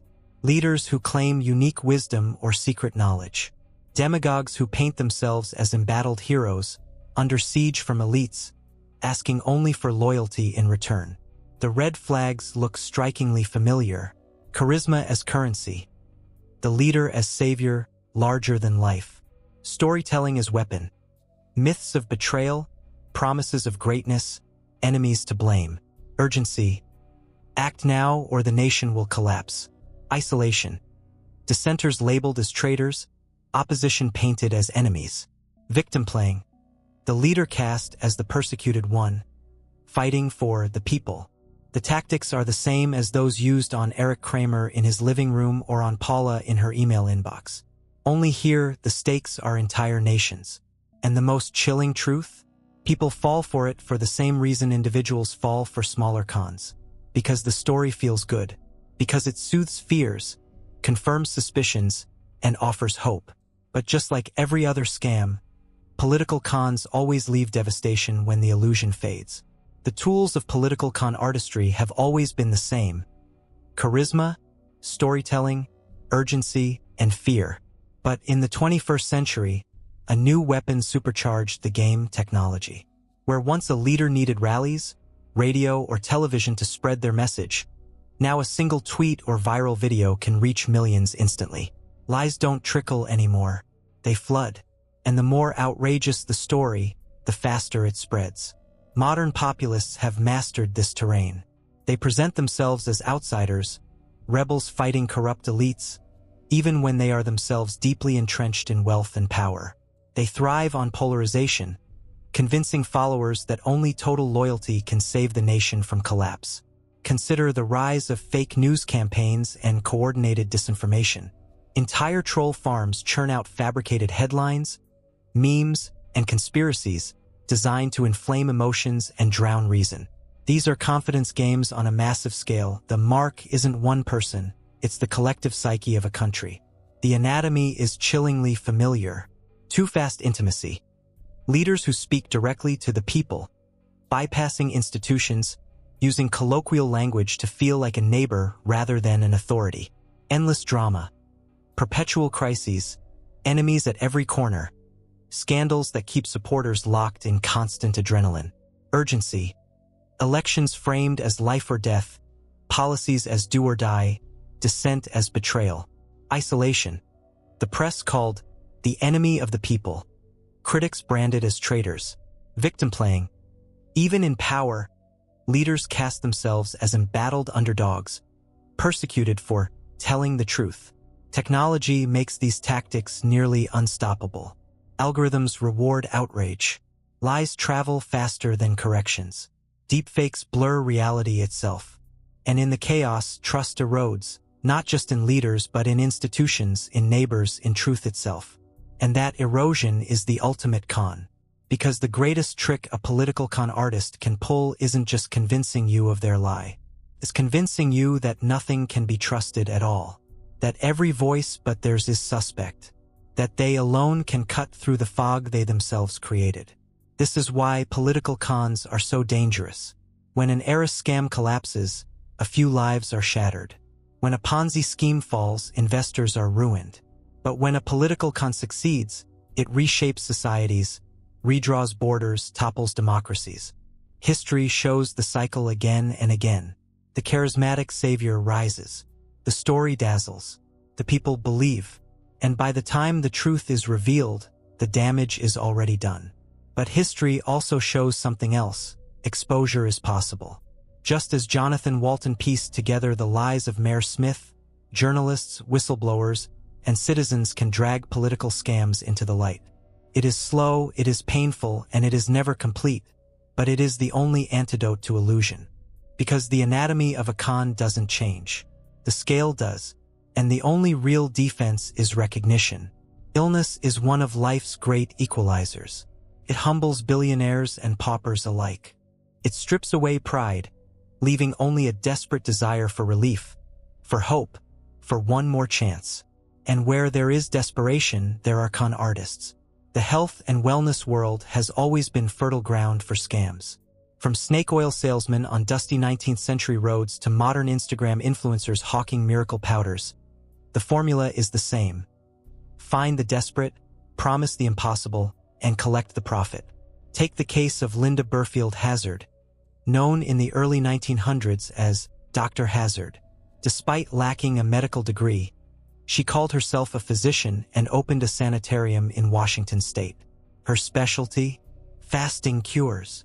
Hazard convinced patients that nearly all diseases were caused by impurities in the body, and that starvation would cleanse them. Wealthy, desperate people flocked to her sanitarium, handing over fortunes and surrendering their health. The results were horrific. Patients wasted away, some to death, while Hazard siphoned their estates. She wasn't just a fraud. She was a predator cloaked in the language of healing. Fast forward a century, and the snake oil has simply changed packaging. In the 1990s and 2000s, cancer patients were targeted with miracle cures, teas, pills, injections, often sold online or through late-night television ads. None were backed by science. All were backed by stories. The testimonials were always the same. I was sick, I took this, and now I'm healed. That's the anatomy, story over science, emotion over evidence. Even today, the wellness industry is flooded with dubious claims. Essential oils that cure everything from anxiety to cancer. Supplements that promise to reverse aging. Detox regimens that claim to cleanse the body of toxins that science can't even define. And behind the marketing, the same red flags wave. Too good to be true promises. Instant cures, guaranteed results. Urgency. By now, before the disease gets worse. Isolation. Don't listen to your doctor, they're part of the conspiracy. Victim playing. The seller as the embattled truth-teller, persecuted by Big Pharma. The cruelty of medical cons is that they don't just drain wallets. They cost lives. Every dollar spent on snake oil is a dollar not spent on real treatment. Every patient lured into false hope loses precious time. And the damage ripples outward. Families are torn apart by grief. Survivors blame themselves for falling for the illusion. And communities fracture when false cures spread faster than facts. Because in the world of health scams, belief can be contagious. If snake oil salesmen once traveled town to town with wagons and jars of mystery tonics, today's health frauds travel by Instagram post, glossy packaging, and sleek websites. The promises are the same: ageless vitality, secret cures, immunity from every disease. But the scale has exploded. What was once a sideshow hustle is now a multi-billion-dollar global industry. Consider the case of Paolo Macchiarini, a celebrated Italian surgeon once hailed as a pioneer in regenerative medicine. At prestigious hospitals, he performed experimental trachea transplants, claiming he could seed plastic windpipes with stem cells and grow new organs inside patients' bodies. The press hailed him as a genius. Patients lined up, desperate for miracles. But the truth was chilling. His procedures were untested, unproven, and ultimately deadly. At least 7 of his patients died. Investigations later revealed forged documents, fabricated research, and a trail of shattered lives. Macchiarini wasn't just a doctor gone rogue. He was a con artist in a white coat, using the credibility of medicine as his disguise. And he's far from alone. Across the world, imposters have posed as surgeons, psychologists, even oncologists, treating patients with fake credentials sometimes for years before being exposed. Their victims aren't just financially ruined. They're physically scarred, sometimes fatally. But fraud in health doesn't always wear a lab coat. Sometimes it wears yoga pants. The modern wellness industry has become one of the richest con playgrounds of all. Influencers sell powders, shakes, detox teas, and crystals, all marketed as natural alternatives to toxic medicine. They post glamorous selfies, glowing testimonials, and pseudoscientific jargon that sounds convincing to the untrained ear. Cleanse your liver, reset your cells, balance your energy. None of it backed by clinical trials. All of it backed by profit. The trick lies in the gray zone. Unlike outright medical fraud, many wellness products skirt regulation by labeling themselves as supplements rather than medicines. They don't have to prove their claims. They only have to sell the story, and people buy it. Desperation, fear, vanity, all are fertile soil. A cancer patient, exhausted from chemo, longs for a natural alternative. A young woman scrolling Instagram sees a celebrity glowing after a detox cleanse. A parent, terrified of illness, orders vitamins promising immunity for their children. Each purchase fuels an empire built not on science, but on confidence. And once again, the anatomy is unmistakable. Rapport, I healed myself and you can too. Storytelling, miraculous testimonials instead of data. Drama, doctors are hiding the truth. This product is the last hope. Urgency, act now before it's too late. Isolation, distrust science, trust me. The consequences go beyond wasted money. Some supplements interact dangerously with real medications. Some diets starve patients already fragile from illness. Some treatments delay or replace real care until it's too late. The cruel irony? Many victims blame themselves, not the fraudsters, when the promises fail. They feel ashamed for believing instead of furious for being targeted. That shame keeps the cycle alive. And yet, like every other arena of con artistry, exposure is possible. Whistleblowers, journalists, and watchdog groups have dismantled countless health scams. Regulators raid fraudulent clinics. Documentaries reveal fake gurus. Survivors tell their stories, dragging deception into the light. But the demand for hope never disappears. And as long as people fear sickness and long for healing, the predators will return, dressed in white coats, flowing robes, or Instagram filters. Because in the marketplace of medicine, belief is the most profitable drug of all.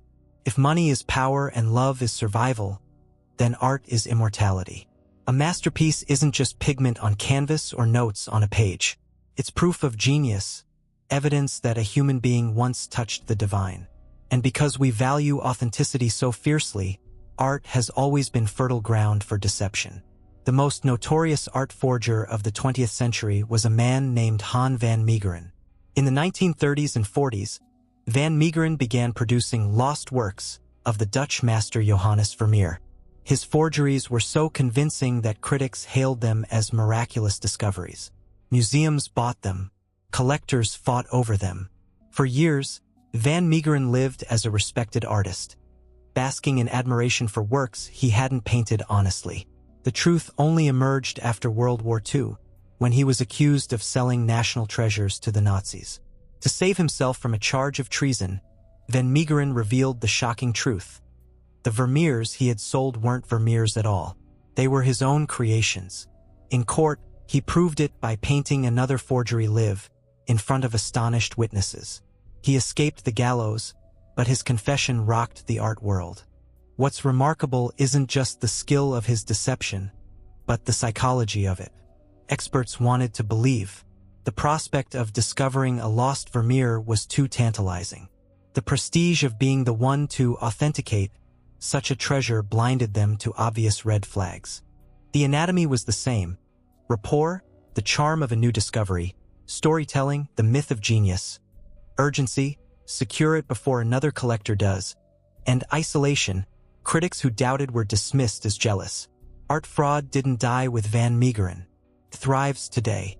In 2011, the Knoedler Gallery in New York, one of the city's oldest and most respected art dealers, collapsed in scandal after it was revealed they had sold over $80 million worth of fake abstract expressionist paintings. Works attributed to Rothko, Pollock, and Motherwell were in fact painted by a little-known artist in a Queens garage. Collectors, curators, even world-class museums were duped. Not because the paintings were flawless, but because the story was flawless. A mysterious collection, hidden for decades, suddenly brought to market. Who wouldn't want to believe they had stumbled onto history? And that's the truth of cultural cons. They don't just exploit money. They exploit the desire to belong to greatness. But art isn't the only arena. Identity itself can be a con. Take Ferdinand Waldo de Mara, the great imposter. In the mid-20th century, de Mara assumed dozens of false identities: a monk, a professor, a prison warden, even a surgeon in the Canadian Navy. With charm and bravado, he talked his way into positions of immense responsibility, despite lacking training in any of them. In one instance, as a surgeon, he performed actual operations on soldiers and succeeded simply by reading a medical textbook beforehand. How did he get away with it? Confidence. He carried himself as if he belonged. He understood that in a world obsessed with credentials, the appearance of authority often outweighed its reality. Like art forgery, identity fraud thrives on people's reluctance to challenge authority. If someone looks the part, speaks the language, and tells a convincing story, most of us would rather accept it than risk confrontation. Different victims, different stakes, same playbook. If art forgery preys on our reverence for genius, then academic fraud preys on our reverence for knowledge. In 2002, physicist Jan Hendrik Schon was hailed as one of the brightest minds of his generation. Working at Bell Labs, he published groundbreaking research on semiconductors, results that promised to revolutionize electronics. His papers appeared in Science and Nature, the holy grails of academia. Awards piled in. But behind the prestige was fabrication. Schon hadn't discovered new physics. He had cut and pasted datasets, recycling graphs, and inventing results wholesale. For years, nobody questioned him because nobody wanted to believe a rising star could be a fraud. When he was finally exposed, his entire career evaporated, and his name became synonymous with one of science's biggest scandals. The anatomy of the con was the same: rapport, a young genius everyone admired; storytelling, revolutionary discoveries that promised a brighter future; isolation, critics brushed aside, their skepticism painted as jealousy; urgency, the rush to publish, to claim credit, to be part of the next big thing. Academia wasn't the only stage. Literature has its own rogues gallery of frauds. Consider the phenomenon of the fake memoir. In 2003, James Fry published A Million Little Pieces, a gritty account of his struggles with addiction. The book was raw, shocking, and inspiring. It became a bestseller, championed by Oprah's book club, embraced as a beacon of hope. But much of it was fabricated. Arrests that never happened. Stays in jail that were days instead of months. Scenes exaggerated beyond recognition. When the truth came out, readers felt betrayed. Not just because the details were false, but because the authenticity they had clung to was an illusion. The same story repeated with other memoirs. Fabricated Holocaust survival tales, false accounts of gang life, fictionalized abuse stories. Each time, the motive was the same: to harness the power of personal suffering as currency. And the red flags? Always there. Too perfect drama. Stories that aligned too neatly with what audiences wanted to hear. Publishers rushing to capitalize without thorough fact-checking. Then there are cultural hoaxes that ripple far beyond books. In 1996, Australian artist Kazimir Malevich's lost works surfaced, bold, geometric paintings that seemed to fill gaps in his career. Critics hailed them as authentic. Museums prepared exhibitions. Prices soared, until forensic testing revealed the pigments were modern. The paintings weren't hidden treasures. They were forgeries, conjured to exploit the art market's hunger for discovery. The lesson is clear. Whether in art, science, literature, or identity, the cons that work best are the ones that confirm what people want to believe. That a genius has been found. That suffering can be overcome. That a cultural gap has been filled. And that's the cruel genius of cultural con artistry. It doesn't just exploit money. It exploits meaning. It taps into the human hunger for beauty, knowledge, and belonging, and turns it into profit. When the lies are exposed, the fallout isn't just financial. It's existential. People are left questioning not just the fraudster, but themselves. How could I have believed? How could we, as a culture, have been fooled? The answer, as always, lies in the anatomy of the con. The red flags are universal. The tricks are timeless. Only the costumes change. And the next installment will show how those costumes keep evolving into the digital masks of the 21st century. Once, con artists had to look you in the eye. They had to shake your hand, earn your trust, build a persona. Now, they only need your email address. The digital revolution gave us instant communication, global marketplaces, and boundless information. It also handed con artists their greatest gift: anonymity at scale. The most infamous example is phishing. It begins with an email, sometimes laughably obvious, the so-called Nigerian prince promising millions in exchange for small fees. Sometimes frighteningly convincing. A message that looks exactly like your bank, your employer, even your government. The design is flawless. The logo authentic. The link just one character off from the real thing. The email says your account has been compromised, or a payment is due, or your tax refund is ready. All you need to do is click. All you need to do is enter your information. And with that, the con is complete. Bank accounts drained. Identities stolen. Lives upended. The scale is staggering. Billions lost each year. Millions of victims across the world. Unlike traditional scams which target individuals, phishing operates like a trawling net. Cast it wide enough and someone always bites. But con artistry online doesn't stop at money. It extends into the most intimate parts of our lives. Enter catfishing. On dating apps, social media, and chat forums, scammers build entire false identities, stolen photos, fabricated backstories, carefully curated profiles. They use these masks to lure victims into emotional relationships, often lasting months or years, before revealing the real con. Requests for money, gifts, or compromising photos that become tools for blackmail. Victims describe the heartbreak as worse than financial loss. It's not just the betrayal of a lover. It's the realization that the person they confided in, dreamed with, even planned futures with, never existed at all. And now, technology has taken deception one step further. Deepfakes, hyper-realistic video and audio created with artificial intelligence, blur the line between reality and illusion. Scammers have already used them to mimic CEOs' voices, tricking employees into wiring millions. Tomorrow, they may use them to impersonate loved ones, politicians, even entire news broadcasts. It is the con artist's dream. A mask so perfect it cannot be distinguished from truth. The anatomy remains unchanged. Rapport. Storytelling, urgency, isolation, victim playing. But the tools are sharper, faster, more scalable. And the victims? They are no longer just individuals. They are all of us, living in a world where every email could be a trap, every profile a fiction, every video a lie.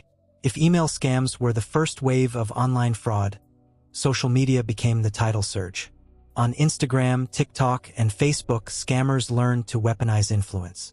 Fake investment gurus flaunted rented cars and staged mansions, claiming they could teach followers how to get rich quick. Wellness influencers sold detox teas and miracle powders with no scientific basis. Even charity scams flourished, heart-tugging posts about sick children or disaster relief, complete with stolen photos, designed to siphon donations that never reached their supposed cause. The trick was scale. A street con might target one person at a time. A viral scam targets millions with a single post. And then came crypto and NFTs, the wild west of digital finance. The technology itself is real, blockchain, decentralized networks, new forms of ownership. But the hype created fertile ground for illusion. Scammers launched coins with flashy websites, celebrity endorsements, and promises of astronomical returns. Early buyers saw values skyrocket, only to watch everything vanish in rug pulls, when developers cashed out and disappeared. The infamous OneCoin scam raked in over $4 billion worldwide, marketed as the Bitcoin killer, even though it wasn't backed by any blockchain at all. NFTs, too, became a playground for fraud. Collections were stolen, duplicated, or fabricated out of thin air. Buyers spent fortunes on digital art that could vanish with a server crash. And yet, people kept investing. Why? The same reason they fell for Ponzi and Madoff: the story, the dream of getting in early, the fear of missing out, the illusion of inevitability. But the digital frontier holds even darker possibilities. Imagine receiving a call from your daughter, her voice frantic, begging for help. She's been kidnapped, she says. She needs money wired immediately. You panic, your heart races, and you send the cash. Only later do you discover your daughter was never in danger. The voice you heard wasn't hers. It was a deepfake clone, generated from a few seconds of audio pulled from her social media videos. This isn't speculation. It's already happened. In 2023, families across the US reported such scams, terrifying illusions built from technology that just years earlier belonged in science fiction. The future of con artistry will be fought not just in banks or back alleys, but in the blurred space between reality and simulation. And yet, for all the new tools, the anatomy doesn't change. The same red flags appear, whether in a 19th century snake oil tent or a 21st century Discord server. Promises too good to be true. Urgent demands for action. Isolation from skeptics. Charisma weaponized as credibility. Victim playing when exposed. The costumes evolve. The stage changes. But the play remains the same. And that's why recognition is our only shield. Because as the line between truth and illusion fades, the con artist's greatest ally is not technology. It is still, and always has been, our willingness to believe. When people imagine con artists, they picture masterminds, criminal geniuses weaving elaborate schemes. But most cons are smaller, subtler, and closer to home. The workplace, for example, is fertile ground. In 2015, a modest manufacturing company in Pennsylvania discovered that a trusted employee, the office manager who had handled payroll for decades, had been quietly siphoning funds. She wrote small checks to herself disguised as vendor payments. At first, it was just a few $100s here and there. Over years, it added up to more than $1 million. Her colleagues were stunned. She wasn't flashy. She didn't live in a mansion. She wasn't some criminal mastermind. She was the woman who brought cookies to the office, remembered birthdays, and stayed late to finish paperwork. But that's the truth of everyday cons. They thrive not on brilliance, but on familiarity. The same pattern appears in families. Elderly parents hand power of attorney to a son or daughter, trusting them to manage finances. Slowly, accounts are drained. Properties are sold without consent. Inheritance is siphoned off before the parent has even passed away. By the time the betrayal is discovered, the damage is irreversible. These cases rarely make headlines because they're too ordinary, too painful. Who wants to admit that the thief wasn't a stranger in a ski mask, but a child at the dinner table? And yet, these quiet cons cost families billions every year. Financial elder abuse, often committed by relatives, is one of the fastest-growing crimes in America. Victims are left not just broke, but broken-hearted. Neighborhood scams flourish too. The handyman who insists your roof is about to collapse, then disappears after collecting a deposit. The charity collector knocking on doors after a storm, pocketing donations meant for victims. The neighbor selling fake raffle tickets for the local school. Individually, these cons may seem small. A few hundred here, a few thousand there. But taken together, they form a tidal wave of theft, preying on kindness and community. And here too, the anatomy is familiar. Rapport. I'm your neighbor, your colleague, your child. Storytelling. I just need a little help. This will benefit everyone. Urgency. If we don't act now, it'll be too late. Isolation. Don't tell anyone else, they wouldn't understand. Victim playing. I'm the one struggling. You're my only hope. Everyday cons are quieter, but no less cruel. Because they remind us that betrayal doesn't always come from strangers. Sometimes it comes from the people we trusted most. The con that hurts most isn't always the one that drains the most money. It's the one that drains trust. Consider the intimate betrayals between partners. A spouse who insists they're handling the family finances, only to reveal, years later, that debts have piled high, savings are gone, and the investments they promised were nothing more than gambling or theft. Or the so-called love fraudsters, who marry not for companionship but for access. They woo, charm, and commit, only to siphon money, ruin credit, and disappear once the resources are gone. These aren't headline-grabbing Tinder swindlers. They're quiet predators, targeting the lonely and the trusting, sometimes for decades. Then there are the small-time hustlers, the neighborhood drifters who never work a steady job but always have a new scheme. Today it's counterfeit gift cards. Tomorrow it's fake concert tickets. The amounts are small enough that victims rarely pursue charges. But over a lifetime, the grifter makes a living out of little cons strung together like beads on a necklace. The common denominator is impunity. Why do these smaller cons so often go unpunished? Because the victims hesitate. Who wants to call the police on their own child? Who wants to admit they married a fraud? Who wants to spend months fighting a neighbor in court over a few $1,000s? The legal system doesn't help. Prosecutors prefer clear-cut thefts. A burglar with fingerprints, a robber with a weapon. Everyday fraud lives in the gray zone. Checks that were loans, property signed over willingly, scams too small for overburdened courts. Con artists know this. They exploit not just trust, but reluctance. They rely on the silence of victims, the shame of families, the exhaustion of communities. And yet, their impact is massive.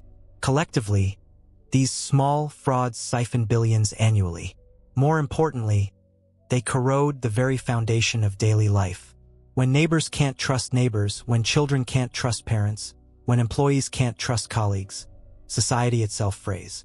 It's tempting to dismiss these cons as less serious than Ponzi schemes or cult empires. But in truth, they may be more dangerous because they strike at the ordinary bonds that hold people together. And once those bonds are broken, the damage isn't measured in dollars. It's measured in the slow erosion of faith in others. That's why these stories matter. Not just the spectacular frauds that make documentaries, but the quiet betrayals that rarely leave the block. Because con artistry isn't rare or glamorous. It's everywhere. And often, it wears the face of someone you thought you knew. Hollywood has always been a city built on illusion. Sets dressed as castles. Actors pretending to be kings. A town where dreams are manufactured and sold by the pound. So perhaps it's no surprise that it has also been a playground for con artists.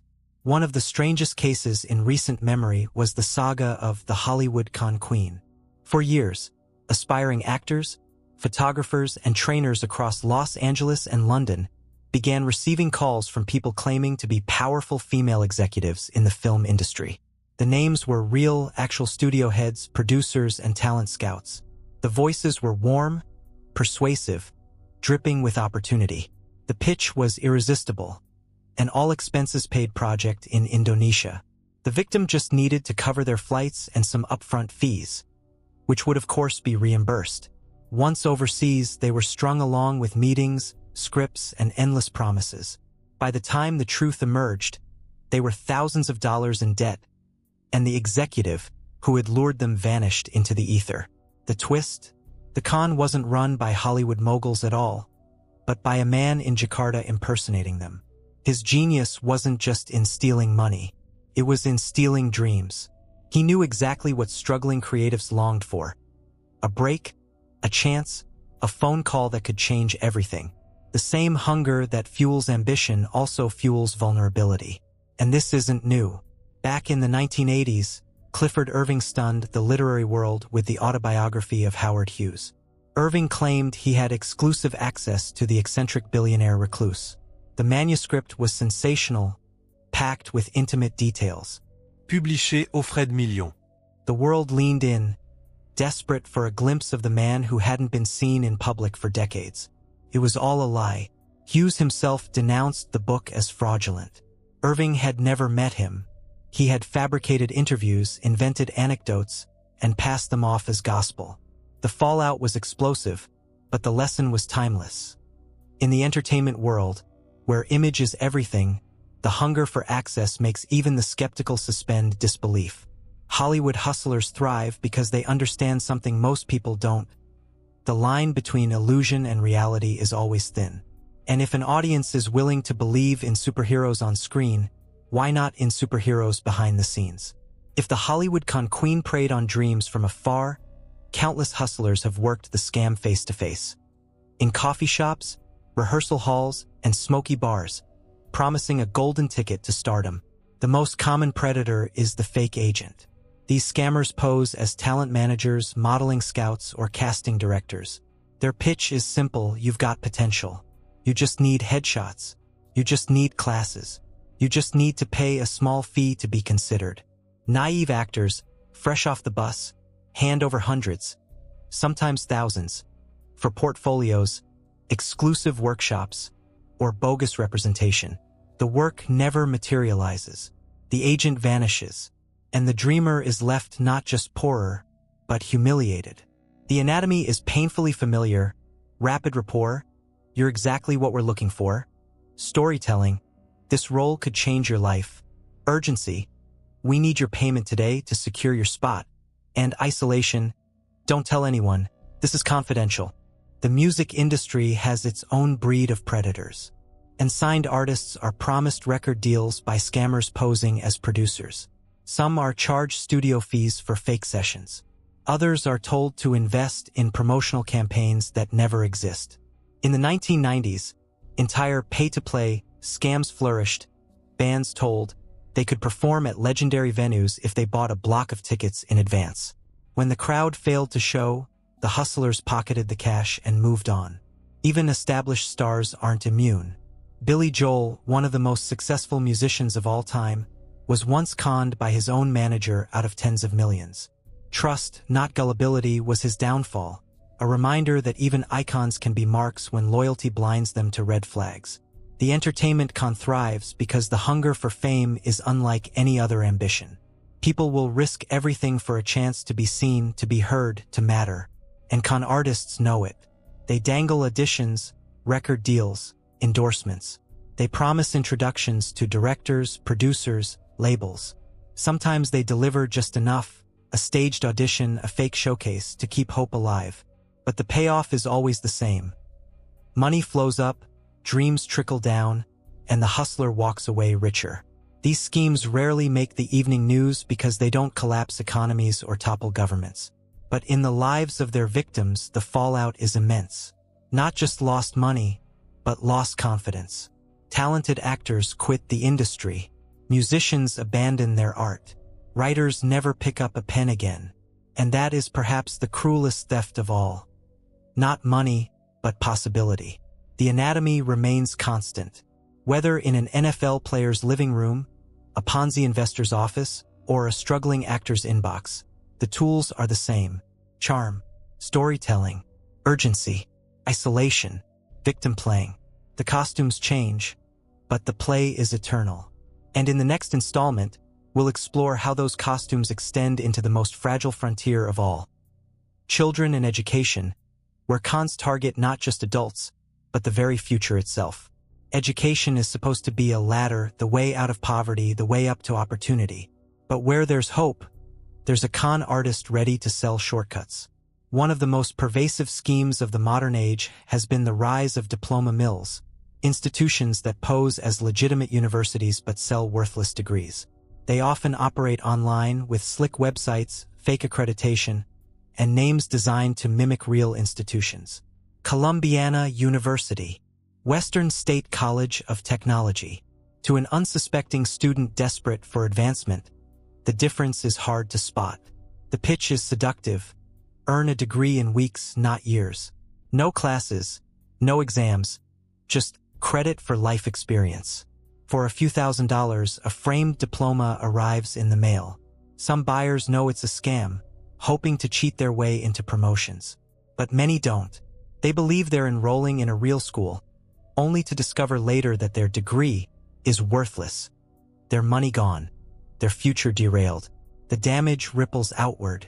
Employers burned by fake credentials lose trust in legitimate candidates. Whole professions suffer when unqualified fraudsters sneak in with purchased diplomas. And the students who wanted nothing more than a chance at a better life are left ashamed, their hopes weaponized against them. Then there are student loan scams. In the United States, where student debt runs into the trillions, con artists swoop in with promises of forgiveness programs, government connections, or secret loopholes.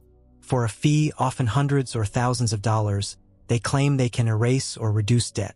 Victims hand over their cash, desperate for relief. The scammers vanish. The debt remains. But perhaps the cruelest cons are the ones that target children directly. In recent years, fake charities claiming to provide scholarships have bilked parents and kids out of savings. Some even stage essay contests or application fees, promising awards that never exist. The victims aren't just families short on money. They're children robbed of faith in opportunity before their adult lives have even begun. And then there are scams even darker. Fraudulent talent schools for kids. Parents pay thousands for acting, modeling, or sports academies promising fast-tracked careers. The kids practice, audition, dream, until the scam collapses, leaving families broke and children disillusioned. The anatomy is constant. Rapport, we care about your child's future. Storytelling, this school has produced stars. Urgency, enrollment is limited. Apply today. Isolation, don't listen to doubters. They don't see your child's potential. Victim playing, we're a small academy fighting to give kids opportunities. Few things are more sacred than education and childhood. And few cons cut deeper than those that poison both. If diploma mills and scholarship scams prey on individuals, for-profit college scandals show what happens when deception scales up. In the 2000s and 2010s, institutions like Corinthian colleges and ITT Tech promised struggling students a golden ticket. Their ads flooded daytime TV. Single mothers studying while their children slept, veterans retraining for new careers, young men in hard hats heading to high-paying jobs. The message was irresistible. A degree, a future, a better life.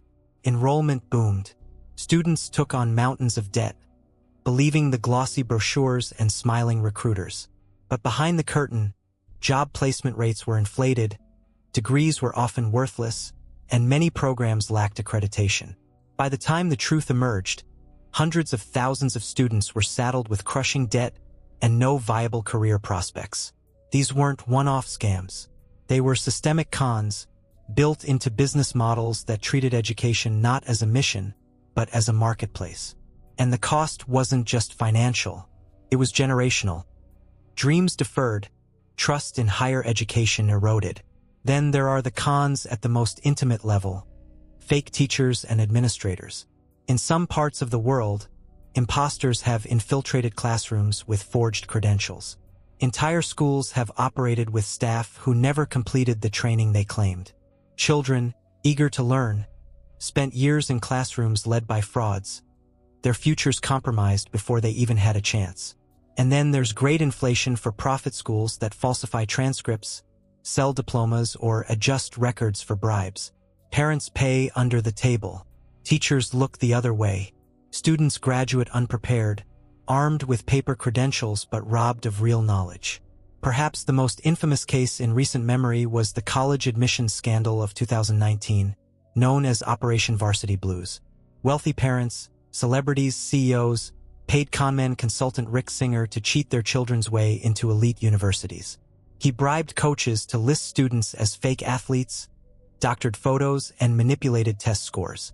The scam exposed not just one fraud, but an entire culture of privilege, where money and manipulation replaced merit. For every student admitted through Singer's scheme, another, more deserving student was shut out. The fallout revealed a painful truth. Cons in education don't just target the desperate. They also tempt the powerful, exploiting vanity and status as effectively as they exploit poverty and hope. The anatomy of these scams echoes every fraud we've explored. Rapport: we want to help you succeed. Storytelling: this degree, this program, this admission will change everything. Urgency: spots are limited, don't wait. Isolation: don't tell anyone, they'll only discourage you. Victim playing: we're the little school fighting against elitism. We're on your side. But the consequences here ripple wider than most. When education is corrupted, an entire generation suffers. Knowledge is cheapened, opportunity is stolen, and society itself pays the price. Because if the ladder of education is rigged by fraud, then the promise of social mobility, the dream that drives millions, becomes just another illusion. Con artistry has no borders. Wherever there is trust, there are predators. Wherever there is hope, there are hustlers. And in the globalized 21st century, scams don't stop at state lines. They cross oceans, adapting to cultures, exploiting weaknesses, feeding on the connectedness that defines modern life. One of the most infamous global scams is the lottery fraud. It usually begins with a letter, an email, or a phone call. Congratulations! You've won millions in an international lottery. The victim never remembers entering, but the promise is too tempting to ignore. All they need to do is pay a processing fee, cover taxes, or wire money to release the prize. In Jamaica, entire call centers have been devoted to this scam. Elderly victims in the United States have lost life savings, convinced they were on the brink of financial salvation. The psychology is devastating. Every time they send more money, they tell themselves it's the last step before the windfall. By the time they realize the truth, everything is gone. Then there are advance fee frauds, the descendants of the so-called Nigerian prince scam. Though mocked in pop culture, these schemes have evolved far beyond laughable emails. Professionalized rings craft believable pitches, business opportunities, international inheritances, government contracts. Victims range from retirees to seasoned executives, all seduced by the promise of massive returns. But perhaps the most chilling frontier is when cons blur into human trafficking fronts. Across Southeast Asia, scam compounds have emerged, fortress-like buildings where trafficked workers are forced to run online fraud operations. Victims of trafficking are turned into perpetrators of fraud, lured by promises of jobs, only to find themselves imprisoned and compelled to scam strangers worldwide. They impersonate lovers, investors, or government officials, their scripts written by syndicates. The cruelty is layered, victims on both ends of the line. The ones losing money and the ones forced to steal it. Then there are the cons run directly by corrupt officials and leaders. In some nations, government contracts are siphoned off through shell companies. Foreign investors are wooed with fake opportunities. International aid disappears into private accounts. These aren't small hustles. They are national-scale cons, draining billions meant for hospitals, schools, and infrastructure. The anatomy is unchanged, just magnified. Rapport, a friendly voice on the phone, a government official, a trusted institution. Storytelling, the lottery win, the inheritance, the once-in-a-lifetime deal. Urgency, act now or lose the opportunity. Isolation, secrecy clauses, non-disclosure agreements, warnings not to tell others. Victim playing, fraudsters claiming persecution when exposed, syndicates insisting they're misunderstood businesses. Global cons remind us of an unsettling truth. Technology has connected us, but it has also connected predators to victims they once could never reach. And in the shadow economy of fraud, distance is no protection. If the Jamaican lottery fraudsters and Nigerian advance fee schemers show how globalized crime can devastate individuals, the next tier of international cons reveals something even more dangerous: scams that destabilize entire economies. Consider the case of Alan Stanford, the Texas billionaire who ran what was essentially an international Ponzi scheme. Through his bank in Antigua, Stanford sold high-yield certificates of deposit, promising investors safe and lucrative returns. His charm was undeniable. He sponsored cricket tournaments, courted politicians, and lived like royalty in the Caribbean. Behind the glitter was a hollow empire. The deposits weren't invested, but siphoned to fuel Stanford's lavish lifestyle. By the time the fraud collapsed in 2009, victims across more than 100 countries had lost over $7 billion. It wasn't just individuals who suffered. Entire island economies, once buoyed by Stanford's fake empire, fell into crisis overnight. Then there are cybercrime syndicates, the new mafia of the digital world. From hubs in Russia, China, and Eastern Europe, organized groups launch phishing campaigns, ransomware attacks, and online banking frauds that drain billions annually. Unlike lone hackers, these are structured operations with hierarchies, payrolls, even customer service desks to manage stolen data. The infamous Carbonac Group infiltrated banks worldwide, manipulating systems to dispense cash from ATMs on command. Over 5 years, they stole an estimated $1 billion. Not through brute force or guns, but through keyboards and code. And increasingly, fraud is not just the domain of criminals, but of states themselves. North Korea, isolated by sanctions, has turned cybercrime into a national strategy. The Lazarus Group, a government-backed hacking collective, has been linked to massive cryptocurrency thefts, ATM heists, and even the infamous WannaCry ransomware attack that crippled hospitals and businesses worldwide. The billions stolen fund weapons programs, turning fraud into a geopolitical weapon. The consequences of these global cons ripple far beyond victims' bank accounts. When fraudsters drain billions from economies, confidence collapses. Foreign investors flee. Banks tighten restrictions, punishing innocent customers along with criminals. In extreme cases, fraud becomes a tool of destabilization, eroding trust not just in people but in institutions. The anatomy of the con remains recognizable even at this scale. Rapport, the legitimate bank, the official government entity, the friendly broker. Storytelling, the too-good-to-fail investment, the hidden opportunity, the guaranteed return. Urgency, invest now, wire today, or miss out. Isolation, secrecy demanded under NDAs, encrypted channels, offshore accounts. Victim playing, fraudsters calling themselves entrepreneurs, governments claiming innocence when caught red-handed. The difference is scale. A neighborhood grifter can bankrupt a family. An international con can destabilize a nation. And in a global economy stitched together by trust, even a few bad actors can tear at the seams. Because at its core, the world runs on faith. Faith that money holds value, that systems are secure, that promises will be kept. Strip that away, and what remains looks a lot like chaos. From a Hollywood apartment where Mair Smyth spun her Irish heiress illusion, to Wall Street boardrooms where Bernie Madoff orchestrated his empire, to lonely inboxes where Nigerian princes still send their pleas, one truth emerges: the con is eternal. It is as old as human trust. The faces change, the costumes evolve, the technology advances, but the anatomy of a con has never wavered. Charm and rapport, the instant bond, the sense of being chosen, seen, understood. Storytelling, a tale too irresistible to question. Wealth, love, healing, salvation, drama and urgency. The crisis that demands immediate action, shutting down reason. Isolation, the wedge that cuts victims off from friends, family, and skepticism. Victim playing, the predator painting themselves as prey when cornered. These 5 elements are the bones of every scam we've explored.